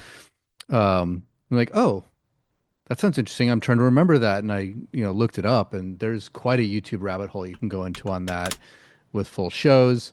But there's also just I think it's about 2,500 music video playlist of apparently the 120 Wow. minutes full archives. I mean, and it's got a huge variety of people. You've got like uh, Public Image Limited is on there. Sisters of Mercy is the second one on the list. Oh, You've got Sinead O'Connor, They Might Be Giants, Faith No More, Sonic Youth, Susie and the Banshees, Echo and the Bunnymen, The hmm. Smiths. So it's all over the place in, what was truly alternative music before it became co-opted as what grunge was then termed alternative music in the 90s. But what was actually the alternative starting in the 80s, and it has a lot of just really fascinating artifacts of the time with all these bands. Yeah. So it's a That's fascinating interesting. thing I'll to have to look watch at that. through. Yeah. And they do have ones where they're full shows. They have like one here that's MTV 120 minutes, Diamanda Galas, Pixies, Butthole Surfers from 1992. So Interesting. Yeah. a Interesting. real interesting mix of lots of different Yeah, definitely. musics that were outside of the mainstream in the 80s and 90s. So definitely a good rabbit hole to dive down I'll try and if link you're that in the show notes interested as in well. checking them out. Yeah. All right, we've got black is the root of goth, and black being something that communicates modesty, arrogance, mystery, and says, "Don't bother me." I mean, that was kind of what I was expressing earlier with when I was talking about the history of goth and its many meanings and how it Hmm. shifted, but Yeah. it's retained pretty much all of the meanings it shifted in and amongst. Because yeah, Hmm. it does talk to, what was the first word you said? Like Modesty. modesty. Yeah, Yeah. modesty. Which it did. That was Yeah. what Puritanism brought Yeah. to goth, or to black, not to goth. Yeah. But the Puritan, through that revolution did dress in black because black, full body covering black, shapeless black for women was modest. It wasn't flashy and showy. And it's also been a very common color among many religious orders for their priests and Yeah. monks and Yeah. whatnot. Goth resists the normative and provides strength and peace. I'm going to take issue with Sort of. resists, but it certainly just doesn't It give a shit can. about the normative. Yeah. It happens to, but it mostly just disregards the normative. Yeah. Is more accurate. Uh, Strength and peace, sure. I mean that Yeah. it gives you strength and peace in that you are giving yourself permission to act freely and not contort yourself to conform to arbitrary strictures of the world around you. Yeah. Goth is dark romanticism. I mean, sure. I agree with that. I like I it. mean, I don't have a problem with that. Sure. It's kind of generic, but yeah. Yeah. Goth is intellectual. We would like to think so. Yeah. I mean, yeah. Sometimes it's a little bit masturbatory in that. Yeah. And sometimes it's not intellectual at all, and people are actually not into that. So Yeah. it does. I've seen it go many ways. I came up in that tradition, but I don't think that's Yeah. necessarily synonymous anymore. And I came up in college town goth. So Right. Yeah. that tended to definitely go down the intellectual / pseudo intellectual run much more than I necessarily see here in Chicago. Say, when I'm going to standard goth clubs in Chicago, there's the whole gamut of people there are definitely some people who like getting into intellectual stuff, but there's plenty of people who are just out to dance and have a good time or to just dress up and enjoy the community and the sanctuary of a space with which they can be themselves without the downsides of bucking the norm and the costs that society imposes on people who do that. Goth is cunt. 100% agree with that one. Is that like goth is brat? Kind of. They have different meanings, but like the same intention behind them. It's a good thing. I found the quote. It's from Josephine Lee, Princess Gollum. Goth is always cunt in my world when I was in grade school and discovered the goth emo styles. It sort of comes out of like queer culture and drag culture, and it's kind of flipping the term, like, because obviously It's repossessing. It's repossessing the term. but It it's is a definitely very derogatory. specific like aesthetic and way of acting. Oh yeah, sort of like slay. It means exuding fierce and feminine energy. But yeah, it's a good thing. Okay, goth isn't about the clothes you wear at all. It's a mindset and energy that finds beauty in darkness. Actually, I found an interesting definition. We'll get to that second quote in a minute. But one of the definitions I finally found on, it's an acronym in this formulation, standing can't understand normal thinking, which I kind of like. But what was your quote again? Yeah, like cunt is like iconic. It is a queer thing. Okay. It's like, yeah, the phrase serving cunt originated from voguing and spread across social media, especially in queer spaces. And being reclaimed to draw on its feminine association in a positive and inclusive manner. Anyway, mine. So what was it? Goth isn't about the clothes you wear at all. It is a mindset and energy that finds beauty in darkness. It's the same person as the cunt quote. I mean, that's one of your stingers for the show, isn't it? Yeah, Or close, that I don't use close anymore. Yeah. But yeah, actually, this could be fun. Let me play that clip. So I used to use this as an introduction to the philosophy corner way back in the day, when we had the show split up into these different segments, and the philosophy corner was like our main topic for the episode. And what this was a spliced together set of different YouTubers saying what goth is. And the whole point was that a lot of the definitions for goth were contradictory or mutually exclusive or didn't agree with each other. And it was just sort of meant to illustrate that, like, I didn't use this terminology at the time. Now I would say goth is multiplicity, that there are many different ways of defining goth, but just sort of to illustrate that, like, this is a core aspect of the subculture, is to argue about what goth is, because these were videos from multiple years.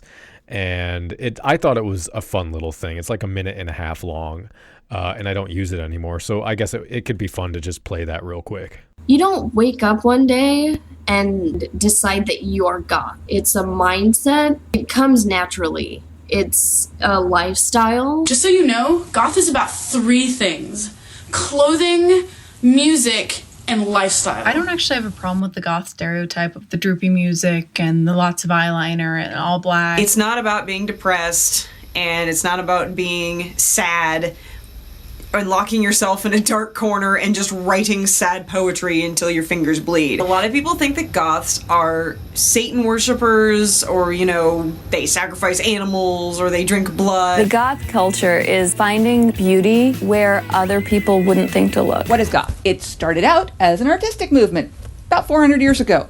Gothic art, Gothic architecture, Gothic literature. Where do you think we get the term Gothic novels from? To me, what goth is a movement where people who like a certain type of music dress in a certain way to express that taste in music, and that's all it is. It's just an aesthetic thing. So what makes you goth is not to do with any kind of criteria. I don't know why people set out criteria. There's a very few things that I actually call goth. You see, that is the difference between old school goths and many other people, is that we are very cautious about what we call goth, actually. A lot of kids become goths because it just looks cool, you know, and that's fine too.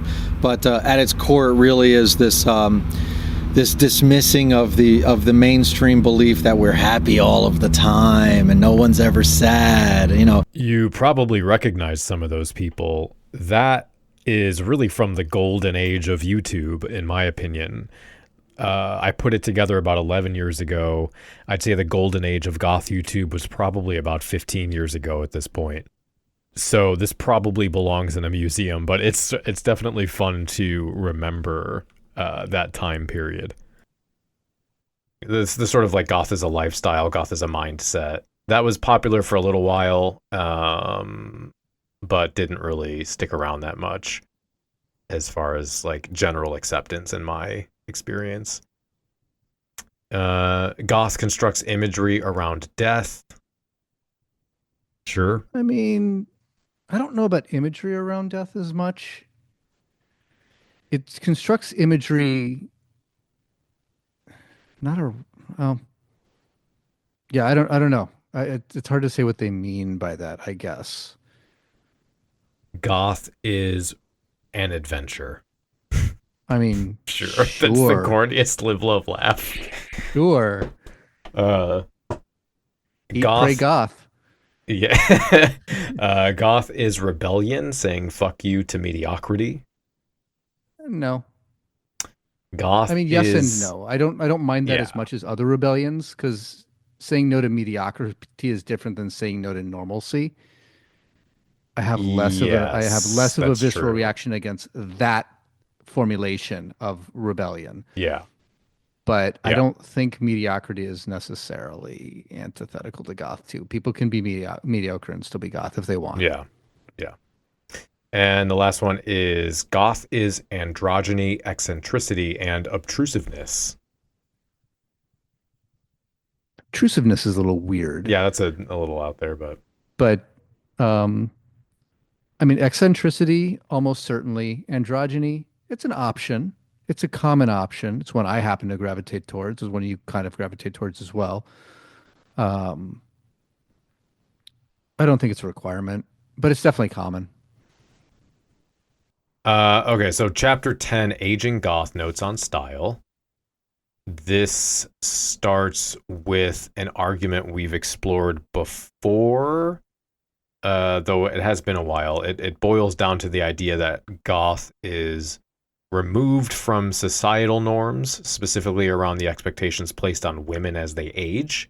So the idea is that as an aging goth woman, you will choose to take up space, you will express the freedom that comes with age to not care about what others think, thus escaping imposter syndrome, and that style becomes a reflection of who you are because you have now achieved a true embodiment of self and have found your real identity. And this is an expression. I mean, I love that. That's a great expression. I know it then kind of goes in weird ways, but as a entry point thesis statement of the freedoms of, especially once you get older and don't have, like, we're talking retirement age at this point, I think, where you're living off of whatever retirement savings you had, your social security. Again, we're talking from a middle class standpoint because this is Tish's point of view. Retirement in this economy. Yeah, right. But so there is this idea that the last strictures that force you to conform to fit in the world are lifted when you become old. And also people who are weird when they're old are no longer freaks. They're now eccentrics and they're kind of embraced. That's been historically a very common thing. That's why the blue-haired grandma is not so outlandish, and people kind of find the tattooed grandmas endearing. Yeah. Well, I'll get to the age because I think the age thing is its own discussion. I had a little quibble before getting to that about the identity thing. Okay. As I always do, just sort of the you get to a certain age and you achieve the true embodiment of self and find your real identity. Just sort of going back to what we talked about before, this, like, I don't think identity is fixed. I don't think it's something that's this immutable entity deep down inside that we externally express. And I don't think it's something that we attain after some set amount of time or circumstance. I think it is something that is always being enacted, brought forth, something that's negotiated through our actions, our choices, our behaviors, through our physical environment, through the people and organisms around us. Going back to that interactive web, it's an ongoing expression of identity. So I think that concept, the way that I view identity that way, is in conflict with the idea that we are searching for or hiding some essence of our truest self. That's why I don't really agree with the concept underneath the phrase authentic self. Right. And I think that sort of authentic self actually, I think, ends up becoming harmful for minority groups in this sort of reductive identity politics way, because that play, that pointing towards an irreducible essence leads to like discrimination that we're seeing of like control over women's bodies, or at the extreme end, eugenics or something, is sort of like taxonomizing people into these fundamentalist categories, which is kind of counterintuitive to the point that I think is trying to be made when people talk about their true self or their authentic self. But talking about identity, I think, in these a priori epistemic ways instead of like ontological ones, I think is dangerous, because it presents identity as static, as independent, as eternal, and that opens the door for hierarchical expression and discrimination of minority groups, like these sorts of decrees against trans athletes and citing chromosomes and genetics and stuff Mm-hmm. sort of bothers me. But I'll leave it at that because there's a million different things you could talk about that. The aging thing. I mean, we've had talks about this before. I don't know if we still disagree about it as much as we did the last time we discussed it. But go ahead with your quote, and I'll see where we stand on that. She says... We did have a disagreement about it before. Okay. Yeah, I don't remember, but we'll... I think it was within the Aging and Goth episode itself. Fair enough. So she says, so often the state of being goth is associated with the idea of eternal youth, what with all the talk of vampirism and the undead. On the contrary, ingrained in the goth psyche is a staunch refusal to submit to restrictive ideas about beauty. So nothing could be more goth than embracing the visible signs of age, such as wrinkles, sunspots, and maybe a whiskery mole. That's the theory anyway, and it's partly true. But it's also a bit more complicated than that.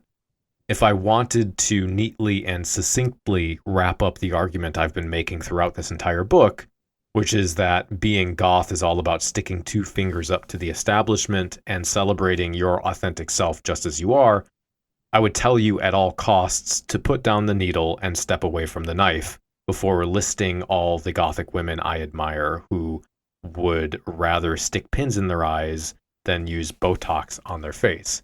But it's not as clear-cut as that. For starters, I work in the beauty industry, which means I've already stared down the point of a needle. Curiosity got the better of me. But more importantly, and this is also what I've been arguing throughout these chapters, is that being goth is about doing whatever the fuck you want, no matter what anyone says, wearing whatever you want to wear and looking however you want to look, whether that's as if you've been driven through a wind tunnel or like the back end of a Shar-Pei. When it comes to beauty and personal appearance, the only person whose opinion that matters is yours. End quote. Okay. I mean, in general, she kind of, at the very beginning, referenced some of my standpoint around goths and aging, which I do think we have a contentious relationship with aging as goths because of the, I mean, it really does stick with the whole vampire aesthetic. And the eternal life sort of thing. I mean, just listen to some Bludenga lyrics. I can save you from your aging body. Yeah. Which definitely exists in there. You want to suck me every night. Oh, no, that's a different song. Yeah. But at the same point, there's also, and it was referenced a little bit in this book, but some of the poetry of Charles Baudelaire. There's one, I'm trying to remember what it's called.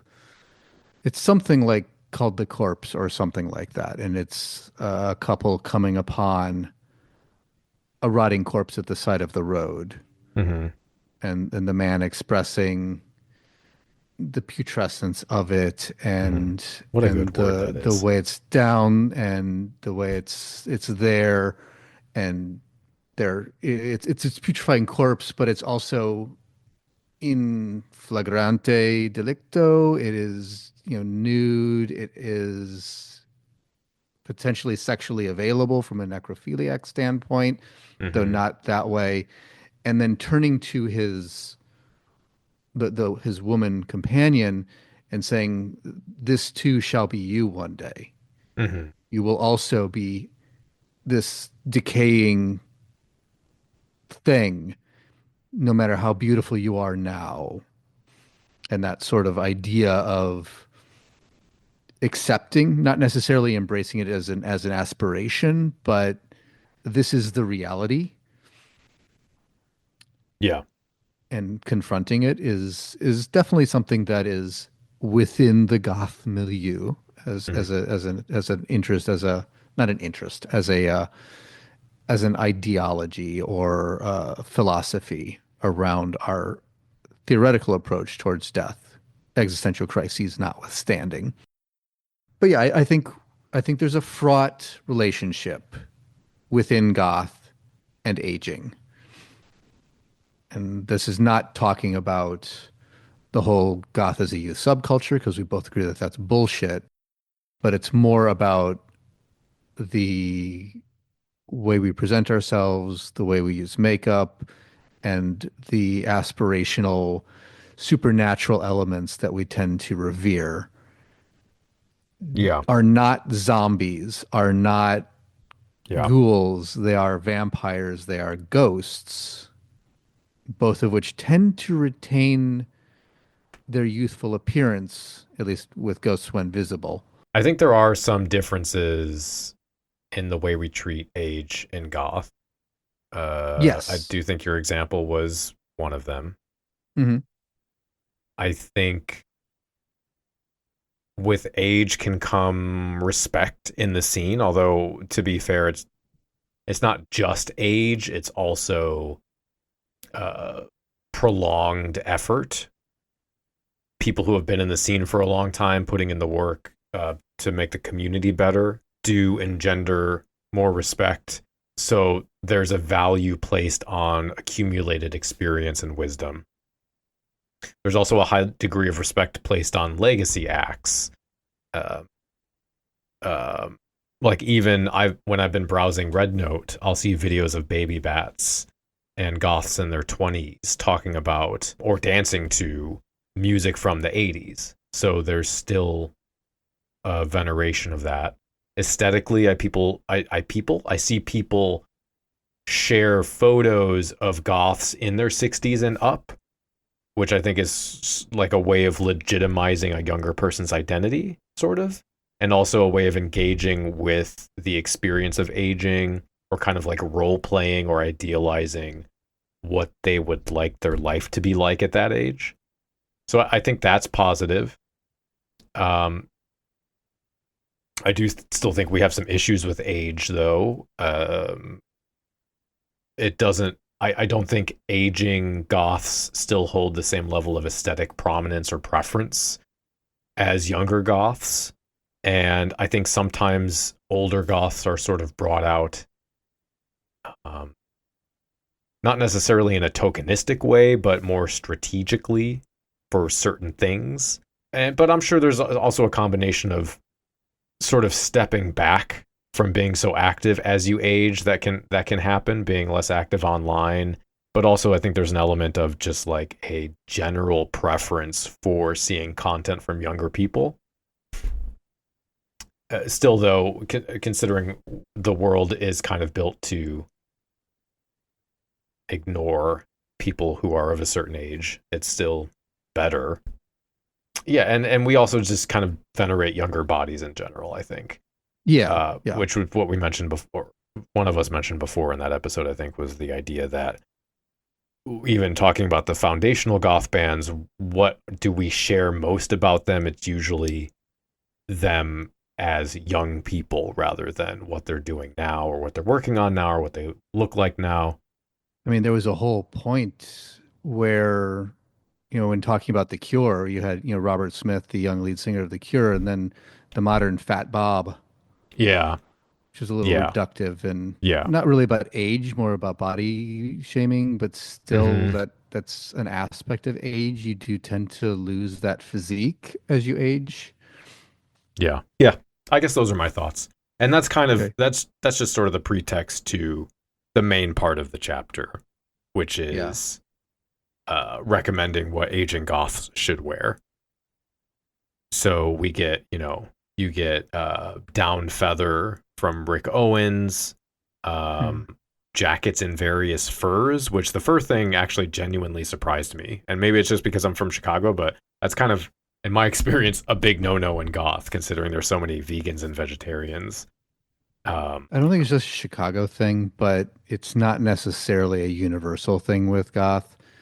Though, I mean, despite our interest in, to some degree, things like taxidermy, and this was something I was thinking earlier too, because I was thinking ethically sourced taxidermy. Right. Well, that's where I was kind of going with that. Yeah. There's this idea of, goth being interested in death. So having dead animals around is okay. But usually it's not, hey, I went on safari and killed this lion, or I went up to the forest and killed this stag, and here's a rack or a head on my wall. It's no, hey, look what I found on the side of the road. There was this roadkill, and I picked it up and I boiled away the flesh so I could have the skull. I didn't kill it. We don't go out of our way because we're not interested in causing death. We're interested in reminders of death. We're interested in the aspect of death as a natural part of the cycle of things, and embracing it. So having a dead thing allows us to express that. But for the most part, Goths aren't interested in causing the death. That is not, of course, I'm not going to say that's universal. Right. Yeah. There are certain Goth hunters and yeah, people like that. But as a general term, our fascination with death is not a serial killer's kind of fascination where we want to be the agent thereof. It is more an acceptance and appreciation as a fact of life. And then to go back to that, I agree. To go back to that poem, just so people can reference if they wanted to look it up. It's from Le Fleur du Mal, which is one of Baudelaire's main ones. It's une charogne, or a carcass, is the also it's also generally called a corpse, or the corpse is another common English translation. The last thing I pulled out of here as an excerpt, because I hated it. I'll read this quote. Quote, but there needs to be another element, a palate cleanser to all that opulence. Something intellectually a bit lighter and more pop. Enter full-look Adidas tracksuits, oversized tees, shrunken hoodies, hooded vests, ironic juicy couture velour, tight lycra, Y3 trainers, and notes of denim, naturally in all black. It's what Kembra Fowler does so well. I'm sorry, I'm sure I said that name wrong. Pairing Rick Owens with trad goth textures like latex, net, and leather. And the language of the street in the form of t-shirts, hoodies, jeans, and boiler suits. Fowler recently collaborated with Rick Owens on a drop of Stygian streetwear comprising trucker shorts, jumbo tees, tank tops, stocking boots, and chunky high-top sneakers, all of which bear the logo of her band, The Voluptuous Horror of Karen Black. And she ends with recommending getting grills on your teeth and things like that, having a signature haircut, wearing horns. But yeah, I mean, it's like the health goth thing, it's like, yeah, I mean, you wear an Adidas tracksuit, sure, whatever, like wear juicy couture, yeah, but like those things aren't goth. And this is the issue I had with, well, this was a later chapter, the where she's like recommending places to shop. None of them are goth designers, so you're sort of like, you can take something from other fashion scenes and incorporate them in some ways. But this isn't goth wear. This is other stuff, and I don't like these. Yeah, I mean, the main thing about the clothing stores, when they're talking about, high fashion outlets that are, name brands, that a Vogue editor would be very familiar with, there are goth clothiers. There are goth clothing stores that cater to the community, that are members of the community, that give back to the community, that are affordable. Not always. There are problems in it too. You've got the fast fashion stuff. You've got your demonias and whatever. But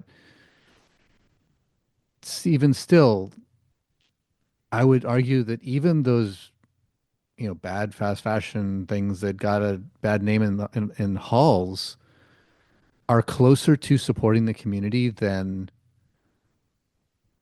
a Coco Chanel little black dress. Yeah. Yeah. And it really bothered me that there are so many goth designers and not a single one was in that chapter. But we'll get to that when we get to that. Because I have this pop filter on my microphone, I didn't realize that it had been turned. So listening to it, you can hear as I'm kind of swaying back and forth when I'm talking, I'll get very clear and then I'll sound like I'm in a garbage can kind of thing. Okay, so you're just slightly off axis. Yeah. Well, let's just get into it then and be done with this book forever. Never again shall it be spoken of on this podcast. I don't know if that's going to be true. Yeah, fair enough. Most of the things that we've reviewed negatively become kind of running jokes later on and referenced. So that's true. And I should mention, since I am not going to want to edit, this is day 2 recording our review of this book, which is why we maybe sound a little bit different, and it may have been a jarring jump cut to this, but yeah, we're going to pick up where we left off, which is Chapter 11, Gothic Heroines Part 3, and I think this is one we can more or less skip, because essentially what we have here again is a list of people who have been influential to goth, and allegedly. Allegedly. And the smattering here in this chapter, Part 3, is the most relevant we've gotten to goth in terms of my opinion. Yes. Let's mute my phone. Actually have a musician. Yeah, we've got Patricia Morrison. Yep. We've got Morticia Adams. Sure. Poison Ivy from the Cramps. Uh-huh. Susie Sue. Wednesday Adams. Theta Bara, and Vampira, among others. Those are the ones I thought were the most relevant. But I thought beyond the inclusion, that, my most fascinating, not because it's appropriate, but because it's sort of off the wall, is the Miss Havisham as the first one in this chapter. Mm-hmm. And that's just, it's I don't necessarily object to it massively, but I also don't quite get it. I think it's another one of those, they're just weird, and that makes them goth sort of thing. Yeah. Because, I mean, it's a fascinating character. I've never been a huge Good Expectations fan, but I've read it a couple of times, usually because it's mandated in school, yada, yada, yada. Mm-hmm. And Miss Havisham as a character just sort of frozen in time, which gets you a little bit of the hauntology. So there's a little bit of that. Yeah. And just, frozen as she aged into an old woman in her wedding dress that she got, I believe, jilted at the altar for. So kind of stuck in an era reminiscing from a time when she had a great hope and then it was dashed. So there is an aspect of tragedy. There is an aspect of that hauntology and just time fuckery that can happen around just sort of that's not really that key to goth to me, but there's definitely an aspect of looking backwards in time that can oftentimes be part of the genre or the subculture. Yeah. So I thought it was just an interesting addition to include one. It's a completely fictional character, which I don't think this is the. No, there were some other ones. Yeah, I thought there were two. I remember because I was, the first time it happened, I thought it was a little strange, but yeah. Yeah, but it wasn't Emily. So what? No mention of Hot Topic or anything of the sort. Nope. But yeah, it was a lot of musicians who are legitimately in or closely related to goth/goth adjacent bands. So there's definitely strong stuff there. The Morticia Adams, there's lots of debates about things like that, because we've always talked about granting goth status as a subcultural member or a subculture, well, not less as a subcultural influence, but as a subcultural member to those who predate it. That would be the Poe was a goth line of thought, where you could say, okay, there's these people who had abstracted aspects of their personality, of their work, of whatever they did to expose themselves to the world, that if done today by someone who is at a goth club, we'd like, yeah, that kind of makes him a goth, sure. But you really can't posthumously bequeath that status on somebody who existed prior to the subcultural concept even existing. Right. Yeah. I mean, you could definitely say that an influence, absolutely. And to be fair, this Heroines is kind of a mix of members, but also influences. Yeah, and I don't have as much of a problem with the chapter itself because it is Gothic heroines. I mean, the implication is that these are people who had an influence on goth, and I think to a large degree they haven't. But because it's called Gothic heroines, it's fine with me because those are two separate domains. But I suppose in the author's mind, the Gothic and goth are the same thing. So there definitely hasn't been a clear distinction that has been established in the book so far. So I think that's a fair assumption. It is still on our part of the assumption. All right, so then we get into chapter 12, which is the Goths and goth-coded in their own words, part 3. Yeah, what I did with this was similar to the last one. There are fewer descriptors for goth that I pulled out, but unless you have something to add before we do that, we can run through some of these qualifications. I just, like I said, I didn't have a good chance to write down details on each chapter, so I have vague impressions, and I have a vague impression of the Goths in their own words as a general. All of them are together into one thing, just like the Gothic heroines. I didn't remember who was in each given chapter. It was just, these are the Gothic heroines, and this is what I thought was interesting about them, and this is what I thought was a little odd about them, and this is what I thought was very off-putting about them. So same with these chapters. For me, the fact that the Gothic heroines and in their own words and the other ones are split into 3 different sections with other chapters between them speaks to my quibble that it's just too boring. And if you put them all together one after the other, it would be quite boring. Yeah, I mean, after the beginning, so like I sort of argued at the very beginning, before our first chapter that was actually truly addressing the how to be a goth, everything around it seemed to be scene setting. Yeah. Basically giving an idea of the author's history, the author's credentials, and where the author is coming from. And all that's important when you have someone who doesn't already have, I guess, credibility within the scene. They're not somebody who is known widely within the subculture and I know this person. They were involved in this. They were in this band, or they DJ'd this club, or they're a big name in some forum somewhere. Those type of people don't generally need to do that sort of establishing of reputation of their credentials. Whereas this person, who maybe within her local scene is well known, but as far as the scene that comprises the audience for this book, she's a relative unknown as far as I'm aware. Yeah. So having to do that scene, that stage setting up her credentials is important. And I thought, like I said before, she did a solid job of that. And that's not just my agreement with you about that isn't just because I hadn't heard of her. I've been talking about this book for a while and have had a lot of people comment about this book as I've shared quotes from it and things like that on the Discord, on Facebook, and other places.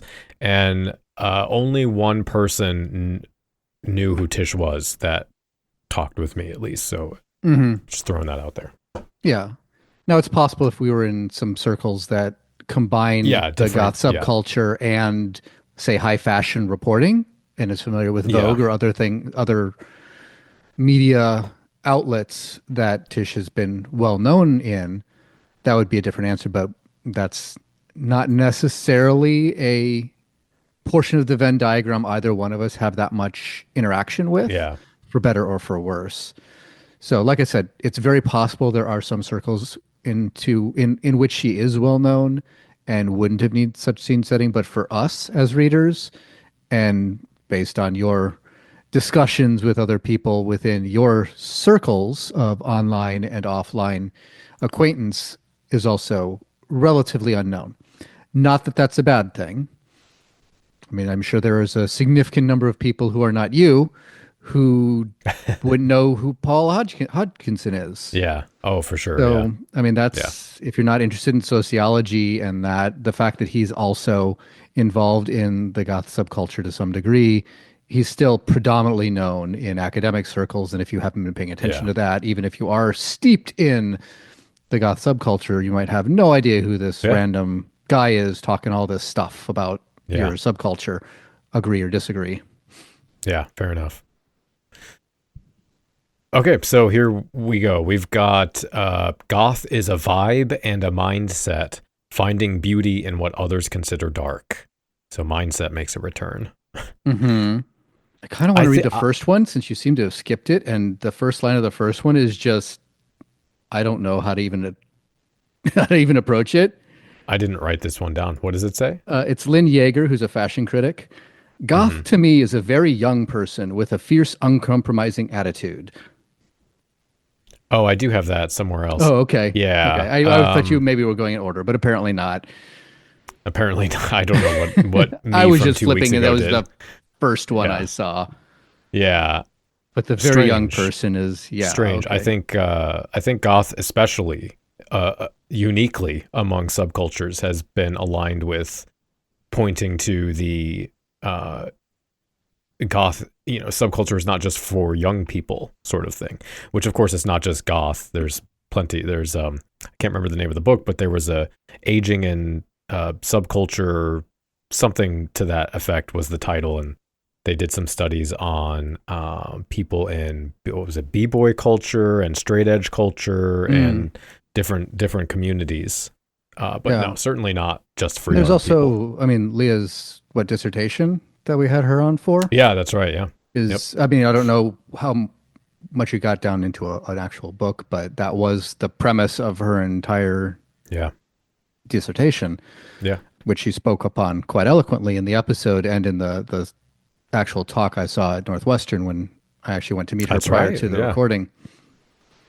But yeah, so it is interesting that, and maybe this dovetails so well with the trope of parents and peers saying, "Oh, it's just a phase; they'll grow out of it."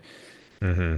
Though that's levied to a lot of subculture. Yeah, and it's actually not because of the subculture, but because of the nature of aging and identity formation is not uncommon for someone who has allegiance to whatever subculture when they're 13, 15, 17 to age out of it. It happens very frequently, but it's not a guarantee. And I would say it's no more common for young goths than it is for any other subcultural membership.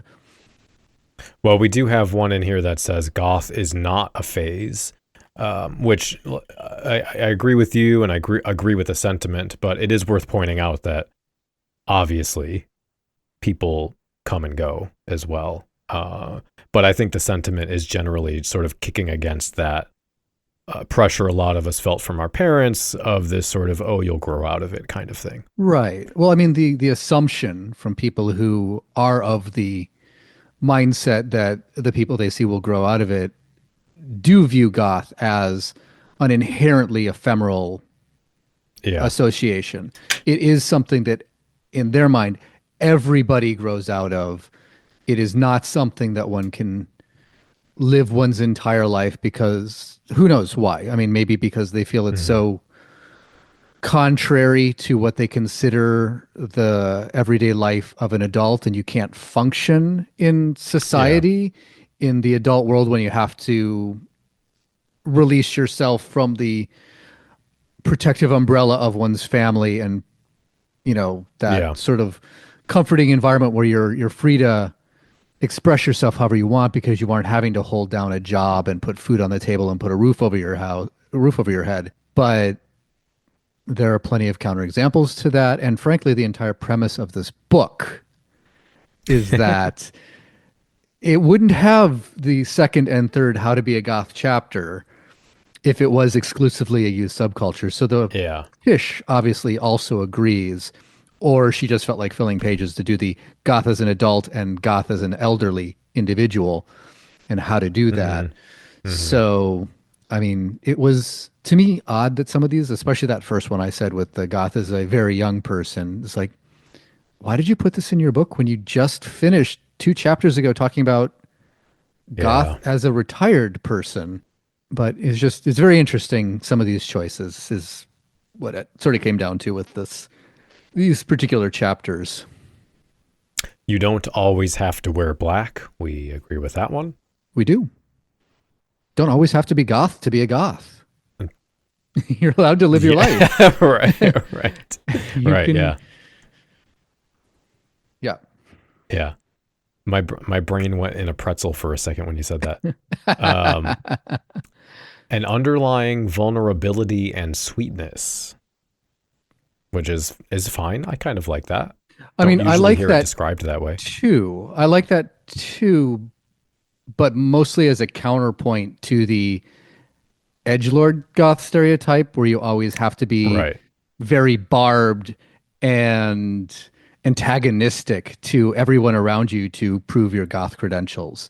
The idea that someone can be goth, but deep down kind of sweet, kind of nice. I mean, in general, most people of cultures and subcultures, they are really just people with the entire spectrum of personality and emotional richness that another person has. And it is so easy, especially when talking about subcultures or any othering mechanism, to reduce people to just that cardboard cutout of expectations and preconceptions, that it's nice to see somebody talking about something like that bucks those preconceptions, bucks those expectations and stereotypes without saying that they're lesser, that they're not a true goth or whatever sort of gatekeeping language you want to put around it. And, that sort of inner landscape that is I want to say core being of one's individuality, but we've had discussions about that. Doesn't necessarily have a bearing on whether you can or cannot be a goth. Yeah. Yeah. And this is maybe the worst one. Goth is punk, eclectic, junky, skinny, excess youth. I mean, it started out with some basis. I mean, punk eclectic is fine. It is wrong, but it's fine. Yeah. But the rest, it just totally went off the rails. Yeah. Especially with junkie. I mean, is there drug use in goth? Absolutely. That's like everywhere else. Yeah. I mean, a lot of Sisters of Mercy songs, but that's Sisters. But it's not a subculture that's known for being based around a drug. There are subcultures like that. But not goth necessarily. Or not even necessarily at all. Yeah. Yeah, I mean, do most goths drink alcohol? Yeah. Are there plenty who do not? Yeah. Do most goths smoke? Yeah.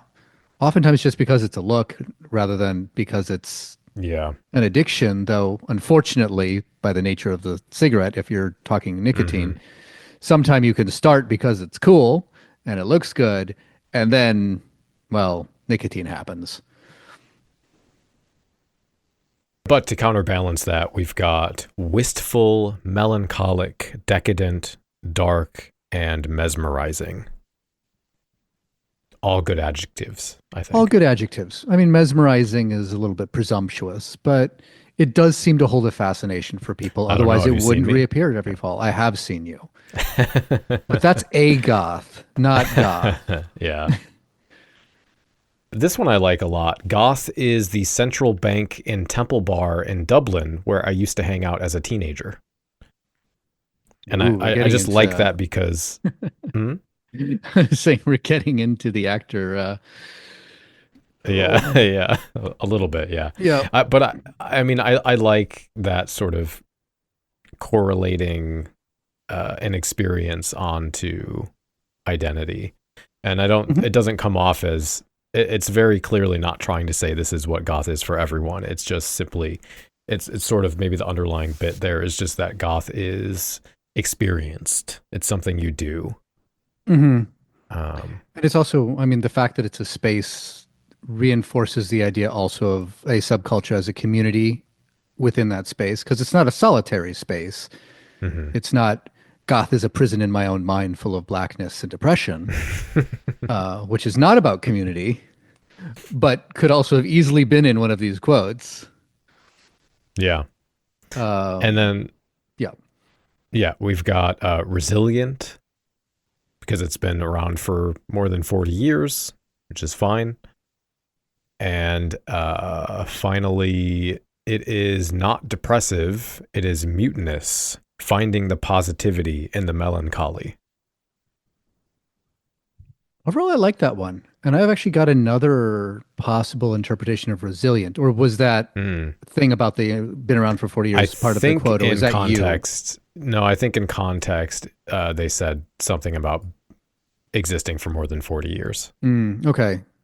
Well, without that part, I would also say resilient in the fact that we are prone to confronting and addressing things that are usually viewed as fragilities, whether they be mental illnesses, whether we deal with concept of aging, just general things that people tend to have fragility about, difficulty talking about, shames and things that are, we want to bury, those skeletons in the closet kind of things, are some things that we usually or oftentimes within the community address more frankly.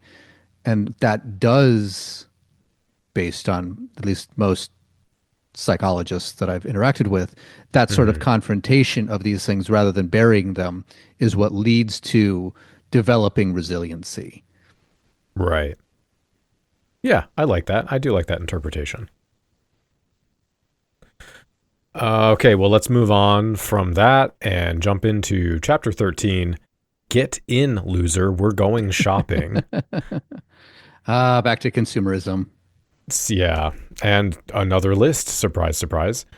I did the thing I liked about this was just that it harkened back to an earlier era of goth book for me personally, because I have memories of reading through like the Goth Bible or even Mick Mercer's books or Voltaire's books, even something like that, where there's usually like a list of businesses where you can get goth stuff from, which made more sense 20, 30, 40, maybe not 40, 20 or 30 years ago, because we don't have the algorithms that we do now. I mean, it still makes sense now because even with the algorithms, those ma and pop shops that actually sell goth clothing in a local region that don't have franchises and aren't associated with Amazon or Meta or those things that are the owners of said algorithms tend to fly under the radar. And that's becoming worse and worse because a lot of those algorithms are becoming pay to play as well, with SEO and the expertise to game the algorithm to get your placement high. The people who actually do the work but don't want to play those games because they're focused on selling clothing, not how to market themselves within the Google environment. They do get lost. So having especially people who are well traveled or are talking about a local scene, who know, oh, these are the hidden gems in our local scene, check them out when you visit here. I love these. And like you said, I always loved those older books, which for me were just my own little gothic yellow pages. I even would make reference lists from Gothic Beauty magazine also, because you get a lot of ads in there, and interviews with designers. But so I did have issues with this chapter, though, beyond the consumerism thing. Well, I guess to start with the consumerism thing, just on a personal level, everything in here is expensive. There was one shop called Strogo that ships from Russia, or Strago. That's a vintage shop that does have some affordable stuff. But that was more of an anomaly. When I was looking through these shops, there were like t-shirts were like $70 all the way up through jackets that were $35,000. And that was sort of just a, this is not for you sort of thing. That was frustrating. But that was really my less of a complaint than the fact that this was a chapter trying to be a resource for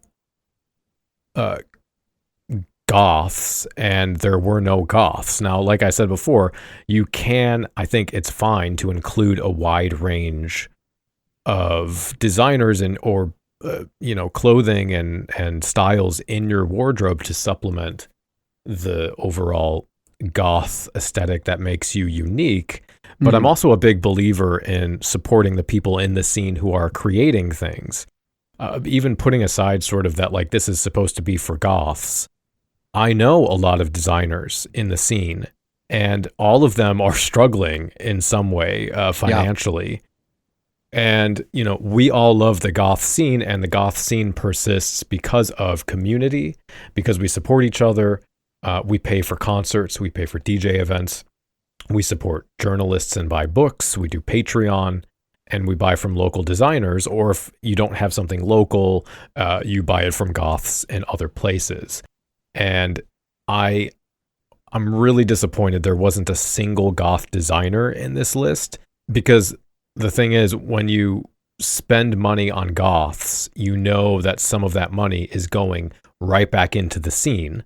And that's how we sustain the community, through action and capital and that kind of thing. So I think the exclusion of goth designers felt, I mean, it was really disappointing. It kind of felt irresponsible, but it was really disappointing.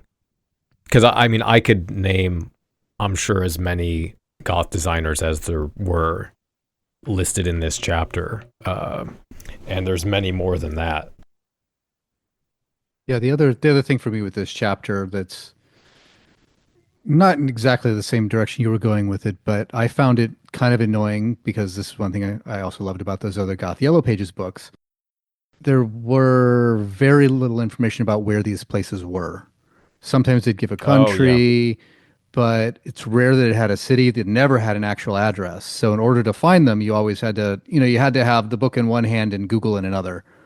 To look it up, because to your point, there weren't a lot of goth designers in here, but just reading through this list, unless I know all the goth designers in all the goth shops, I wouldn't know any better. Right. So these could have been goth designers.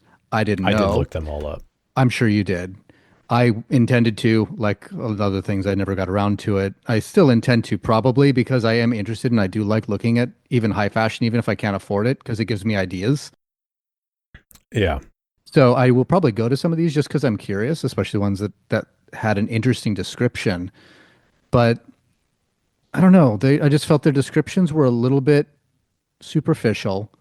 They felt a lot like ad copy, but without the address to actually get you to go. I mean, it didn't even have a URL if it's a web-based place. It had no annoying. ability to find things other than you have to Google the name. Yeah, and there was at least one that nothing came up just Googling the name, because it was really generic, so I had to do a little extra digging, which was kind of annoying. But yeah, so I figured that was sort of another thing, like previous chapters, where I'm like, it has a good concept, but it felt like it kind of missed the point, or it missed an opportunity. Because even if you do want to support these particular stores, and maybe they are all just so well known within the Vogue circles that Tish felt she didn't need to give them more, because anybody who's anybody would just recognize, oh yeah, I know exactly what that is, and that's over here in this whatever district in this town. But I don't, and clearly you didn't either. So it feels like another missed opportunity, where if she wanted to shout out people she'd like to support within the fashion industry, giving people more than just the name, especially like the one you had mentioned where the name was generic enough that a Google search brought tons of irrelevant results. And I mean, if they're people she knew, it could be fun to have a little paragraph in there about how and why she knows them, or something personal about, like, oh, I love this person because of their whatever, Right. Now, to be fair, part of the personal thing would have been their credentials within the goth subculture. And as you already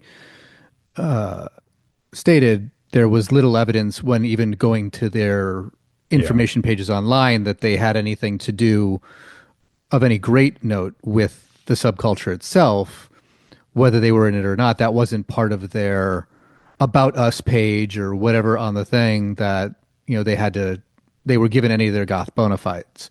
And like you already said, not that they need to have goth bona fides to potentially hand out and produce and sell products that would be of interest to people in the subculture. But again, as we've both said multiple times, subculture is about community. So having stuff outside the community is not the end of the world. Having nothing but stuff, as far as we could tell, outside the community is, in my mind, a huge oversight. Variety is good, but that is almost a willful exclusion. Yeah, I agree. All right, chapter 14, How to Live Like a Goth. So this is primarily another listicle. The premise is that being goth isn't just about clothing, but a way of life. And what that translates to in this book is a list of home decor options, movies to watch. We get a gothic playlist, which you would think, oh, great, we're finally going to talk about goth music. But then in the intro to that section, she says, quote, "A lot of the songs below have nothing to do with goth, but they are all connected by a shared emotional experience, the experience of feeling in some way dark or other." So again, goth does not have a monopoly on dark and otherness. That is a lot of subcultures. One of their core aspects. In fact, one could almost argue that part of being a subculture, that's why you're a sub and not a full culture, is because you are in a more niche environment, you are generally going to be othered. Dark isn't necessarily a guarantee, but the other stuff, the othering, the otherness of them is almost always part of subcultural membership. Yeah.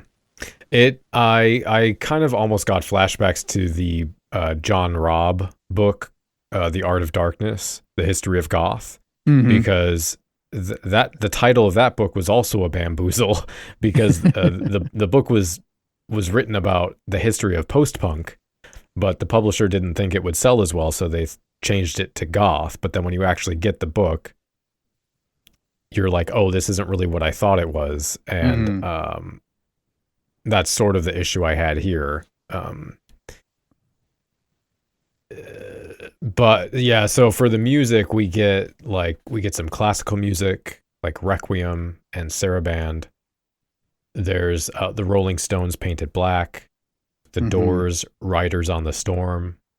We do get some goth bands. We get Bauhaus, The Cure, Joy Division, and The Damned, and some of those are arguably not goth bands, but we're the spectrum we're working with here, it's as close as we're going to get.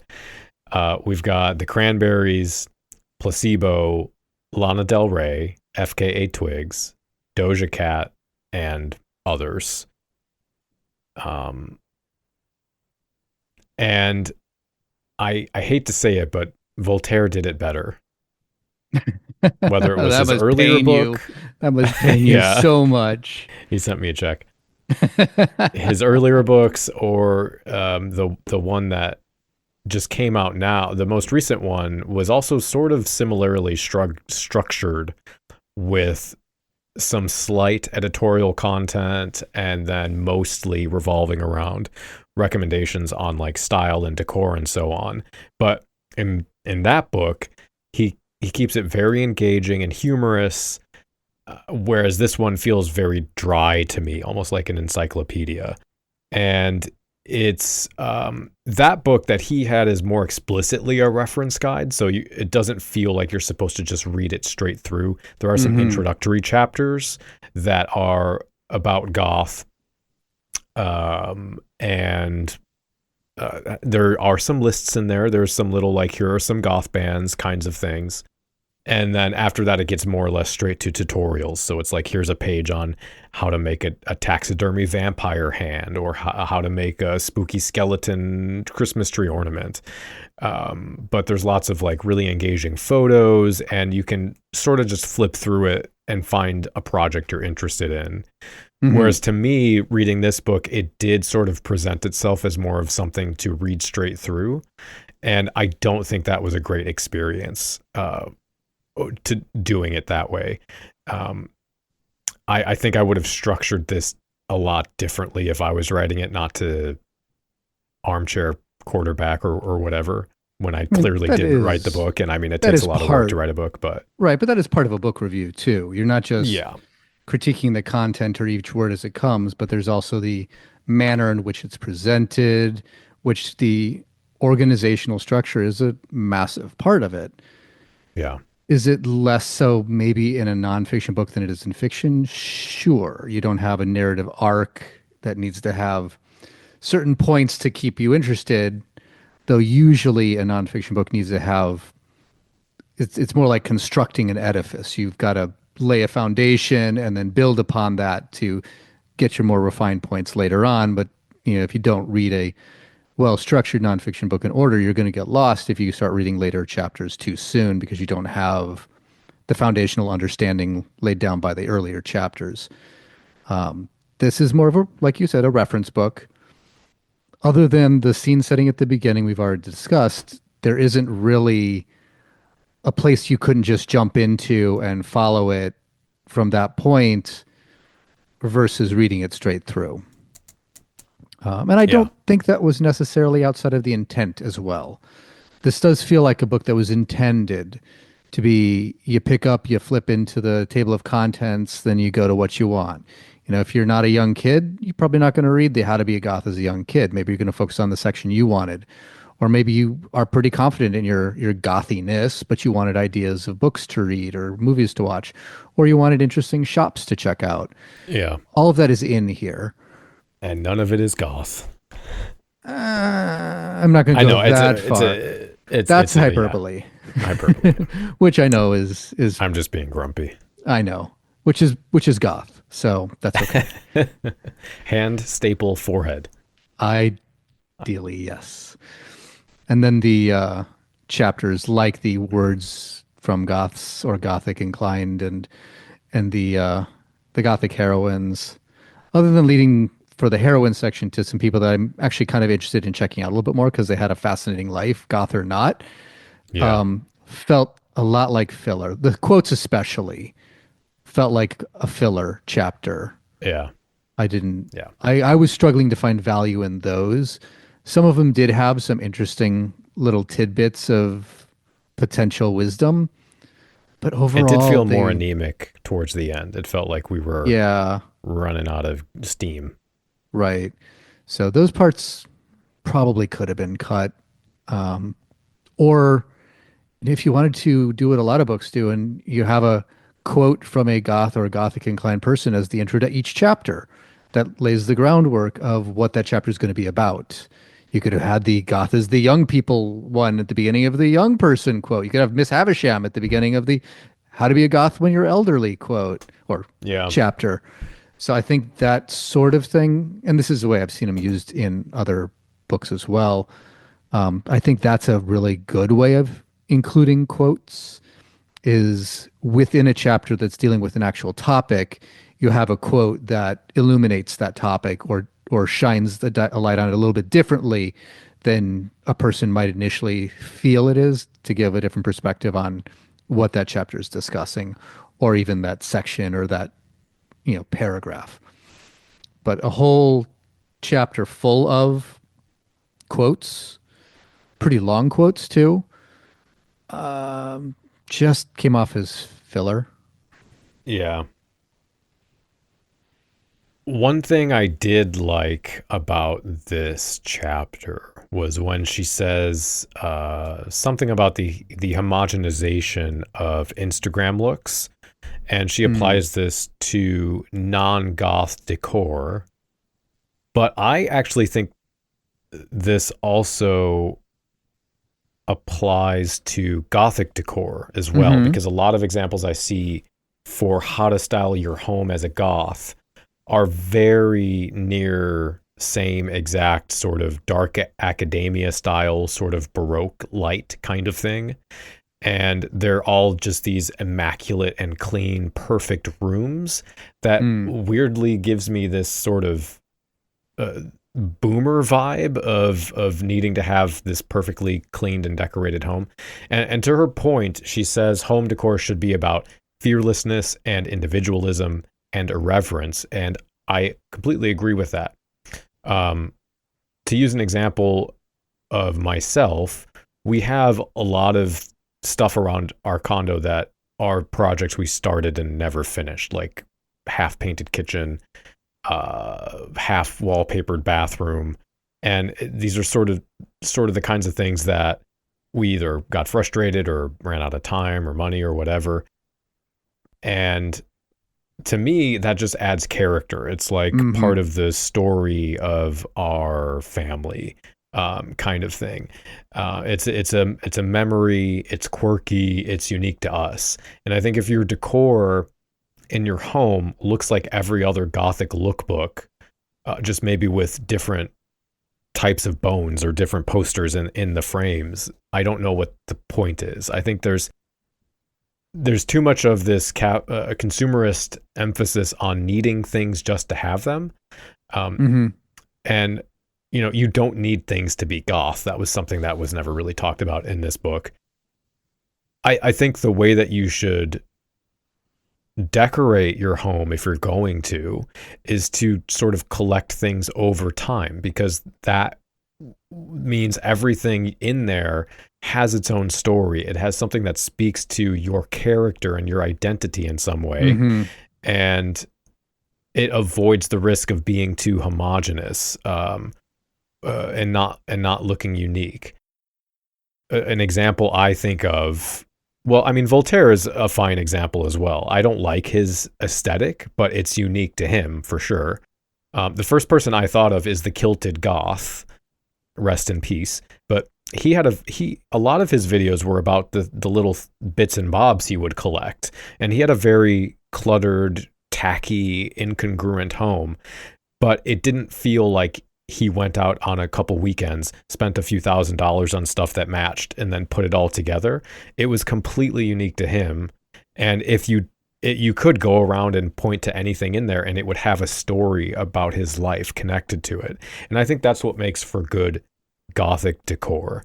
And the other thing that bothers me with a lot of the Instagram sort of examples I see, how clean everything is. And I think there's an implicit shame that comes with these immaculate homes, which I don't know why I connect this to boomers, but you look at these examples online and you can feel like you're not good enough, or you might just feel bad about yourself. And I don't think it represents what a home looks like when you live in it every day. You create clutter, you create mess, and that's normal.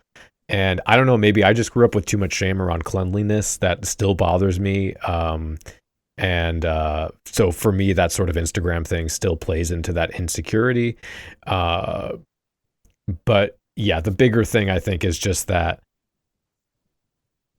a lot of these rooms look cool, but it still feels just like a goth version of a Starbucks or something, or a place that's been staged for real estate. They all have some slight variations, but they also still all look like Home Goods threw up in them or whatever. There's no sense of identity to you. It's just sort of like, here's the trendy aesthetic that I'm going to put together for other people, not for myself. And I love that I can go around and point at every single thing we have in our house, and there's a story that comes with it, so that's just my 2 cents about home decor. Yeah, I mean, I definitely feel the emotion about shame when it comes to a home environment. There's a good reason that I almost never have people over, because I am not, as much as I love interior design and stuff like that, I'm not someone who does it. I read about it and like admiring it, and given other people that could spur me to action and maybe have the skills, I will happily join in and help out and plan things. But left to my own devices, I don't. And I love the idea in your home, Danny, with what you've done with these half-finished art projects, because I think that's really important to just, sometimes you just have to let the muse strike you and just go at it, even if it doesn't actually come to fruition. And that's usually my problem, is I have that muse that like, oh, that'd be really cool if I had this there. I have all these great ideas, but if I can't figure out a way to get them to completion, to my satisfaction, and I'm a fucking perfectionist. Yeah. I just don't start them. Whereas at least you guys Yeah. are going in and you're just starting it. And yeah, it's half finished, but so the fuck what? You started it, you did it, and I there's a bit of envy around that as from me as well. As much as I could do things and I have good ideas and I think I have a good eye and I can certainly talk a good game, but if a show don't tell, yeah, I totally fall down at that because my place, other than the accumulated clutter and a handful of furniture that I use regularly because it's what I use to put like my computer on or what I sleep on, Yeah. it is unpainted. I mean, it's basically as I bought it. So not Well, interesting. Yeah. I mean, the only reason anything ever happened in this house is because Sarah and I have to constantly say the same things back and forth to each other. You know, you don't have to do everything all at once. It doesn't have to be completed. It doesn't have to be perfect. It's about the process, and the fact that you even did something, even if you didn't finish it, is what matters. And we have to pep talk ourselves constantly. Otherwise, I don't think anything would ever get done. Yeah. And that's one of the tragedies for me with, being on my own. I was much more productive when I was married, because we would both spur each other on. And my ex-wife was definitely more of a go-getter, inspired to do things, wanted to elicit change and just craft her environment. Yeah. And so I would be roped in along with that and go along and help out. And, a lot of the design ideas came from me, but the actual impetus to do it in the first place came entirely from her. So it's like, hey, let's paint and decorate this room. Okay, cool. Here's some great ideas for colors. And, we should paint this wall this color and this wall this color. Let's put this art here and that there. And I'm a great editor. I'm not a great creator. It's hard to get out of the design phase and into the doing phase. Yeah.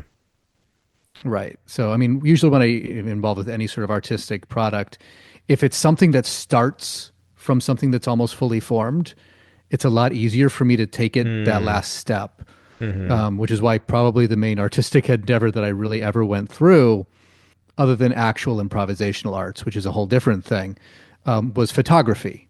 Because you see something that inspires you, you take out a box, it captures that, it gets you most of the way there. And then you can take it home and bring it into whatever your photo editor polisher of choice is, and you can refine it and crop it and enhance this, enhance that. But it's all taking a mostly formed work of art based on your impression of the moment when you captured it, and enhancing it here and there to more closely match your vision, rather than having a blank page and some arbitrary things to put on that page and trying to put them on starting from scratch, which is where I get completely paralyzed. Yeah. And I mean, it is what it is, Yeah. I mean, I've come to terms with it. It's not something that it's a major deal, but it does prevent me from having friends over per se. Well,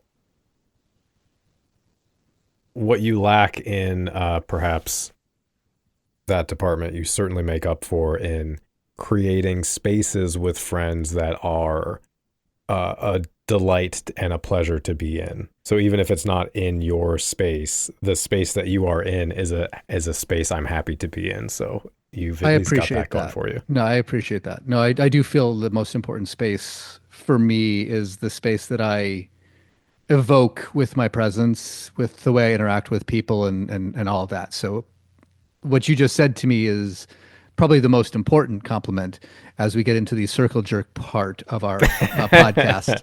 Well, I'll throw in my one last comment here, which is her movie list of goth movies did not include My Summer as a Goth, so 0 out of 10 for me. I actually kind of liked it because it showed a fair amount of diversity and it wasn't just horror movie after horror movie, though it was pretty horror heavy. And that's always been a pet peeve around goth and cinema, particularly because the literature in goth seems to always be a little bit more diverse.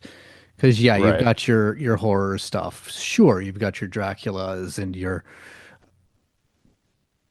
Lovecraft and those sort of classic Victorian-ish Gothic horror stuff. But there's usually also degrees of philosophy and experimental literature and stuff like that that's in the books. But the movies are usually horror movie after horror movie with maybe a little thing of light horror when you start throwing in your Edward Scissorhands or your Beetlejuice, your Crimson Peak. Yeah. Oh, and Crimson Peak is a good example of something that's not really horror. Although there are horror elements, but there are. Yeah. And if you just went by like the promos and stuff, it did come off as sort of a haunted house kind of story. So it was being advertised as a horror movie, but it really wasn't. Or Only Lovers Left Alive. It's a vampire flick. It's very much not a horror movie, but it is an existential also not on crisis this list. Type movie. Yeah. Yeah. But it is a beautiful and a romance movie. It is. Yeah. And it's a beautiful movie. Yeah. So, yeah. But I did think I thought that is one thing I did like about most of their selection in here, including even the music selection, is how eclectic they were. And my tastes do run eclectic. And I do like to see in a book ostensibly about goth, seeing suggestions of things that aren't goth by the numbers. So, yeah, we had the big names in goth music. We had The Cure and Susie and Bauhaus and Sisters, yada, yada, yada. I like seeing stuff that's outside of that. And there's always a question of whether she intended to imply that everything listed here is goth music or whether she's trying to get an idea of goth as something a little less specific than a list of top X number of goth songs, but trying to evoke this idea that there is some underlying factor behind music that could make it fit in with an ambiance that one is trying to evoke within a life, a mood, an aesthetic. And we're getting into the sort of goth as a vibe category here a little bit, but I like seeing some of that because one, a lot of people who are reading this, there will be people who are new to goth. It is how to be a goth after all. But there will also be people who are actually in the scene and are just interested in other perspectives or new ideas. And if all you see is the same books, movies, and music recommendations that you've seen dozens and dozens of other places, it's not going to inspire you. But if it has even things that are maybe not quite canonical, but different, but with a similar texture, a similar feel, a similar je ne sais quoi, I think it can inspire people to be more unique. And I think that's interesting. Lets people mix things around. So I actually really liked a lot of the recommendations. I didn't enjoy every song. I was familiar with a lot of them. So it wasn't one of those situations where I had to check them all out. But I did check out a couple that I hadn't heard of before. And some of them were hits and some of them were misses. And that's fine. That's to be expected from any recommendation list because nobody's tastes should be, I guess, just all the same. The same. And frankly, if I'm reading a list and it's all hits and no misses, I feel that person was not taking any chances. Yeah. And that's inherently a little boring to me. Yeah. All right, let's finish up the last two very short chapters. Wrap this motherfucker up. Chapter 15, Undead Men. Goths to Get Out of the Grave 4. Which pieces of meat. So, I do think it's kind of funny, but also I'm fine with it that all the Gothic heroines have a fairly lengthy biography, and then we get essentially one or two sentences for each of the men, which, that's fine. Men have had more than enough media content written about them, so whatever. I do sort of like that. If this was actually a feminist book, I would like it even more, but here we are. Well, I guess I guess you could say this is a neoliberal sort of form of feminism, but let's not get into that too far, I think. I did not like that the Joker was included. Not only is that incredibly cringe, but the Joker is like an abusive piece of shit. So I don't understand why we are associating him with goth. So depending on which incarnation of the Joker you talk about, there are different levels of the abuse. But none of them that I can think of are even vaguely goth. No, I mean, there are plenty of goths in that universe too, or at least people who are more, even Batman is more goth than the Joker. Not that being a Joker and having a sense of humor, I mean, that's something we've lamented on this podcast before, is a sort of lack of fun in a lot of goth stuff. The loss of the self-effacing, self-referential sarcasm and that sort of thing from the 90s and 2000s. Mm-hmm. But yeah, pretty much every incarnation of the Joker is, even if they do veer sort of goth-esque, it tends to be along the lines of what I feel are bad habits in goth, and that's the edgelord tendencies, the tendencies to try to break stuff because it's breakable, not with any point. Because I mean, that's the whole thing with the Joker, is he is the incarnate of chaos. He's doesn't really have a point. Even when they try to give him a point, it's mostly just about, well, the world sucks, so let's break it and see what happens. Not, the world sucks, I think it would be better over here. How can we shift it in that way? How can we recreate it? How can we mold it and shape it in a way that resolves the problems that are being talked about? It is a critique without a solution, is basically what the Joker is. He just is bitching about the world and saying, fuck it, let's tear it down and see what happens. Not goth. And also, along those same lines as your critique of the Joker, I also thought it was a little bit too heavy in fictional characters. It did have some real people. Yeah. But the heroine section was mostly real people. The men section was it's probably half and half. It was half fictional characters and basically half musicians. And very little outside of that. Yeah. And it would be nice to see people who weren't, famous musician known by everyone, or famous lead in some random gothy type movie that people tend to enjoy, that are just goth for, other reasons than all of that. And yes, it's going to be people who are well known. But I mean, there are gothic designers. They were mentioned in the other chapters, though usually in adjacency with the heroines. But why isn't someone like Alexander McQueen in there as a goth hero? He's male. But, even designers that are, frankly, male designers are pretty much a problem within the fashion industry to begin with. It's a little male dominated. As far as the actual people who are crafting it rather than the people who are displaying it. But where were the goth fashion icons for a book from a fashion editor from Vogue? And again, this goes just back to why this felt like an article from The Guardian or Vogue or something, because all of those, our very first episode of Cemetery Confessions, recorded in my basement with Sasha, who is on like 6 episodes or something.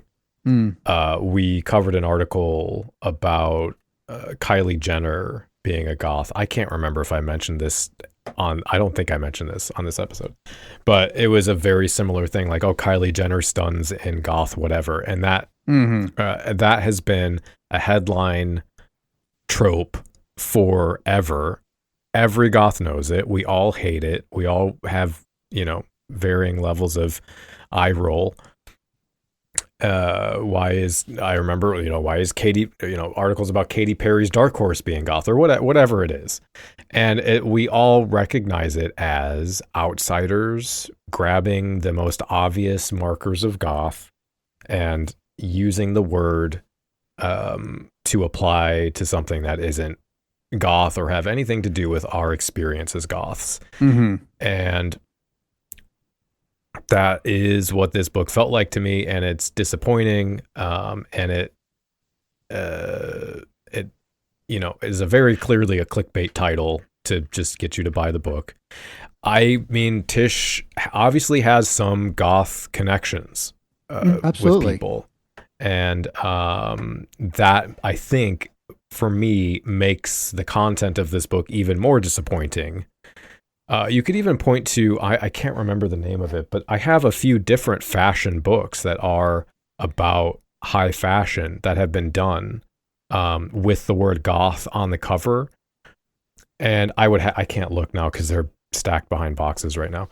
But those books were also frustrating, but even those books did a better job of having actual content about actual goth stuff in them. So I don't know. I was overly disappointed. But let me get to the very last chapter. The future is goth. This was like a page long or something. I didn't really have anything to say, so I just pulled out a snippet from the end here, which I will now read, and I don't remember what it is. So here we go. But there's something else happening here too. Intrinsic to the goth experience is the idea of being an outsider, whether by design or default. And because of that, goths are still viewed with a level of derision. But as we become increasingly more inclusive and accepting of perceived differences, I predict that what country are you living in? When was this book written? Anyway, I digress. I predict that those who identify outside the prescribed norms will be given even more space to thrive, with the state of being goth being embraced by an even wider audience. Furthermore, the very notion of the outsider will become normalized, meaning that those who have an urgent need to subvert and rebel will have to push the boundaries even further than before. But it also means that others will be free to be themselves without having to push any boundaries at all. Nice sentiment at the end, but unfortunate timing, because we are definitely going in the opposite direction right now. Yeah, I mean, I generally like the sentiment of that whole section. There were some bits that I didn't care about, but overall, I thought it was a good sentiment. And yes, in the present day climate of the now, the whole idea that things are becoming increasingly more inclusive and accepting of perceived differences does come off as ludicrous on the surface of it, in at least the vast majority of the Western world. I can't speak to, places outside of the Americas and Europe, but within the Americas and Europe, it is definitely, the pendulum has swung in the other direction. But 5-10 years ago, everybody was saying the same thing. We were having companies coming out for LGBTQ rights. We were having, openness about trans and trans inclusivity and stuff like that. And the backlashes, the negative voices around all these marginalized communities were definitely in the minority and generally mocked. Yeah. Unfortunately, like most things in the rubber band of the world, we have snapped back into the other direction at this point. And it seems that the voices of hate and marginalization are very much on the rise. And it's a major issue right now. But her words, depending on when she wrote this chapter, were a summation of a zeitgeist. I could certainly not see too long a ago. time when this would seem correct. Yeah. Yeah, it was a time that we were all kind of really hopeful because we were seeing things turn around. Yeah. And we'll see if the pendulum continues to, as it swings back and forth, whether it is veering in the direction towards more inclusivity on the aggregate or if it goes totally back. I mean, right now, We'll be doing It's in 10 looking years. bad. You and I will be doing pirate radio off the coast of from the Pacific Ocean in international waters, or something like that. Yeah. Overall, all right. Well, I thought that sentiment was good. I mean, like always, I had an issue with but she didn't say it was natural for goth, so that's fair. But the urgent need to subvert and rebel, and pushing boundaries, I always felt has been overrated in all things. As much as I like some art that tends to do that, and that is one of the things that I embrace in industrial, that some of the more dance-oriented industrial gets under my skin because it's not doing that from the original manifesto. But still, I've always viewed the idea of subversion for the sake of subversion is basically just as much being a follower as conformity, because you are shaping your attitude and actions based on the people and the world around you. Whether it's to conform or to consciously non-conform, you're still engaging with conformity. And I don't like that. Throw in that clip of someone saying you're a poser from My Summer as a Goth. All right. Well, so final thoughts. I really don't have that much to say. I can share a couple wrap up thoughts here, and then if you can share whatever you would like to share, or not. Sure. Yeah. Going into this, I definitely built it up in my head more than it deserved, largely based on the title of the book and the marketing descriptions, and sort of salivating at the idea of what absolute nonsense goth-coded could mean. I thought we were going to get a much deeper exploration of what it means to be goth, and a further elaboration on the idea of what it might mean for goth to become more mainstream, to gain popularity, to evolve beyond the current consensus of what it means to live as a goth. But in the end, there was very little explanation, and there were some what I might call half-baked references to sociological concepts and a lot of dry encyclopedic description. And actually, speaking of that, I do wish there had been some visual aids in here. Although I would assume, though, that's probably some sort of like publishing limitation that might prevent that. So I won't complain about that too much. But the words were not juicy. They were not spicy, and there wasn't a lot of depth to them. In my perspective, and I didn't go into this just with a flat EQ. I did have some expectations, and that certainly colored my experience of the book. I will say she is very familiar with runway fashion and the whole high fashion scene in ways that I'm not.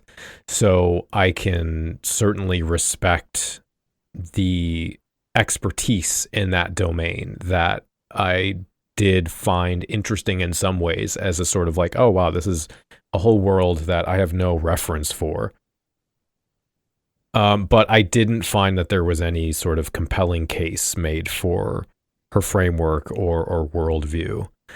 And, you know, even when it comes to fashion, which was the main drive of the book, for me, it failed. And I'm probably not the target audience, but there wasn't anything here that I could apply to my life. I didn't really come away from the book with any inspiration or helpful advice. And unfortunately, despite the name, it simply wasn't goth. There are certainly elements here that goths can incorporate into their looks, but I wouldn't recommend the book as a kind of style guide for goths. Because outside of some of the introductory paragraphs in some of the chapters about her own personal experience in life, it was simply too disconnected from the fashion that I see the vast majority of goths wearing. So unfortunately, I don't think I could recommend this book. That's fair. Yeah. I came into this book with pretty low expectations overall. I mean, it's How to Be a Goth is, a pretty generic title. Some of the copy didn't really seem to have anything that really grabbed me. And then the author's credentials as a fashion editor in a high fashion magazine, kind of a red flag. Not that someone can't be in both worlds simultaneously. That's perfectly doable. And I think Tish actually does that. I think Tish does have a foot in both worlds, just based on what she expressed in here when talking about her history and some of what she addressed as well. So that could have been an interesting perspective, but the Vogue editor definitely took the fore, which was more or less what I expected. So I wasn't surprised with anything, which is probably why I didn't find this book as enraging as you did as you were reading through it. See, if the title had been like Darkness in Modern Day High Fashion or something like that, we wouldn't be reviewing it. Probably not, but there's a possibility. I mean, it depends on how that was sold and whether someone had recommended it. But you're right. When reviewing books, we do tend to look for things that name drop the subculture pretty clearly most of the time, because they're at least making a very explicit claim to what they're about, and it is something that we can really dig our claws into. Sometimes as an embrace, but mostly as a means to rend and tear. Mm-hmm.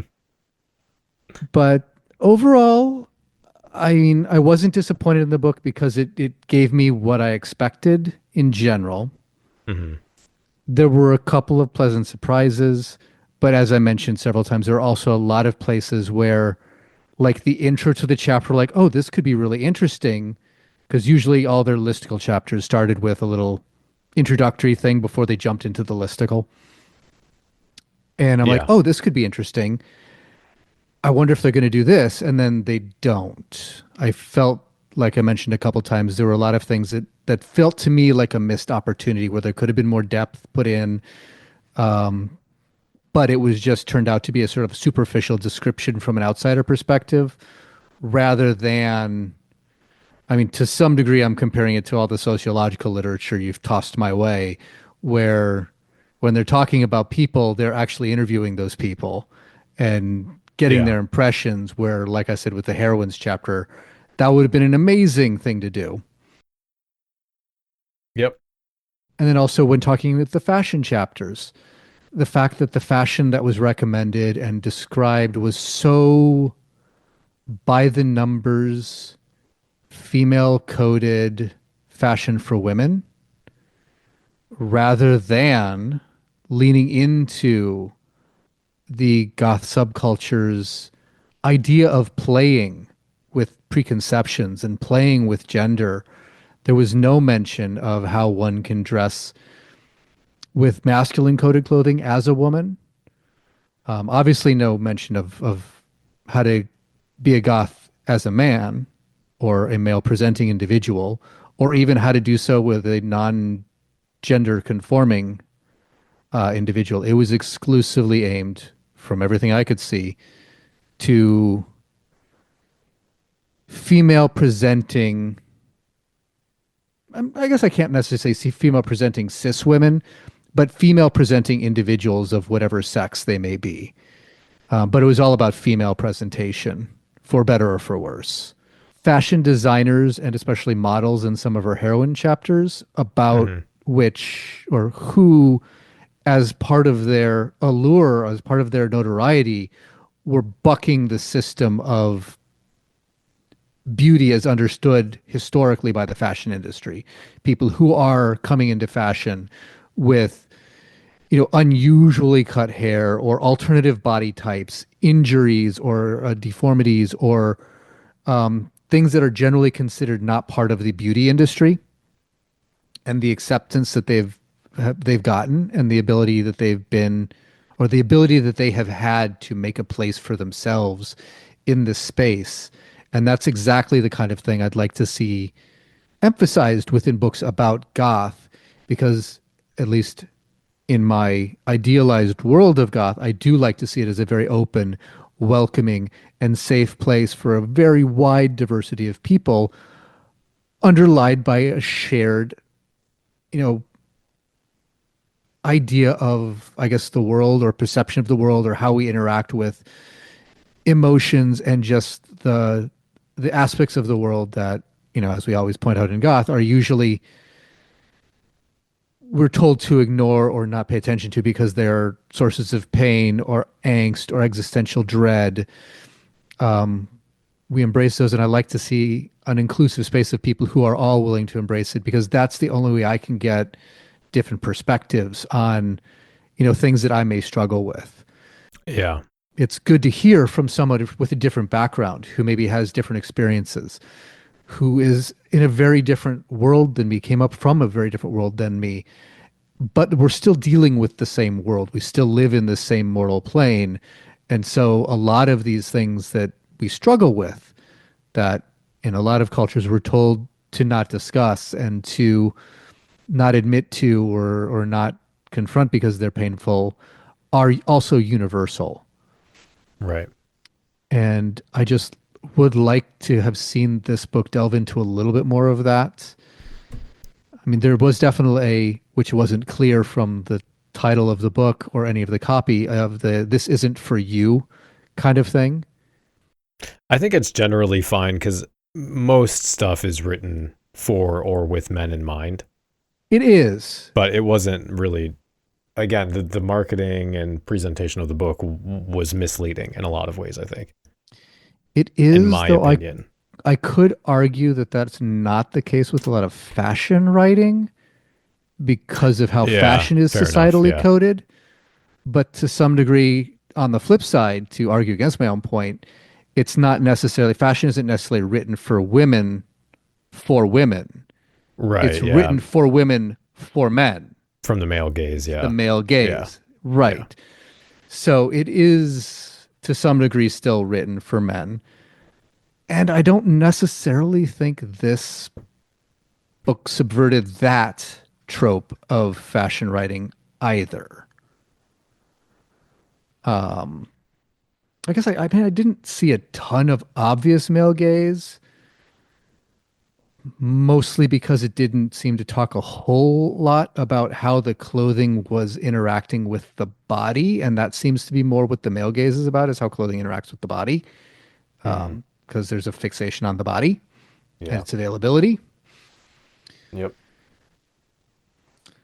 But beyond that, I thought there was a lot of missed opportunities here.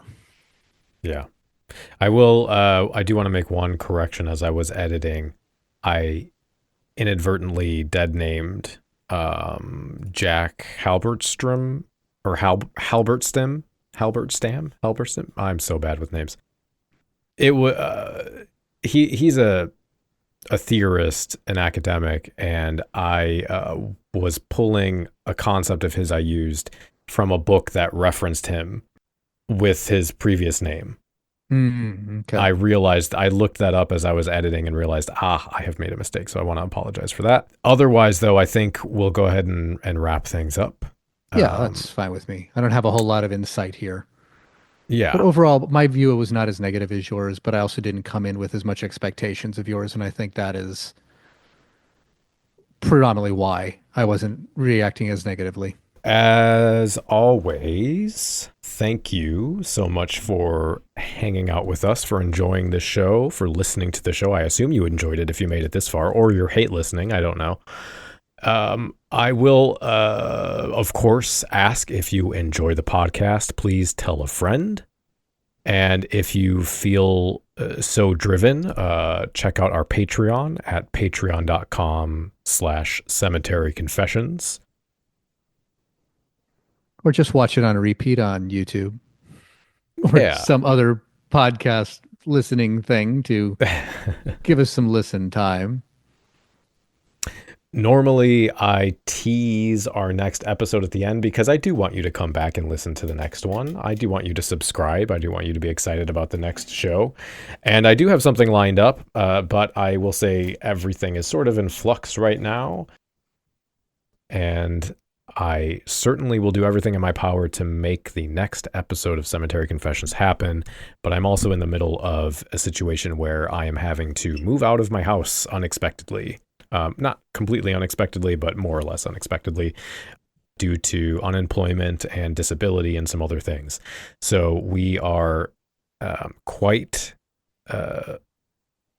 busy and in the midst of chaos, and it may impact future episodes. But of course, I do love this show, and I'm going to do everything I can to continue it going each month.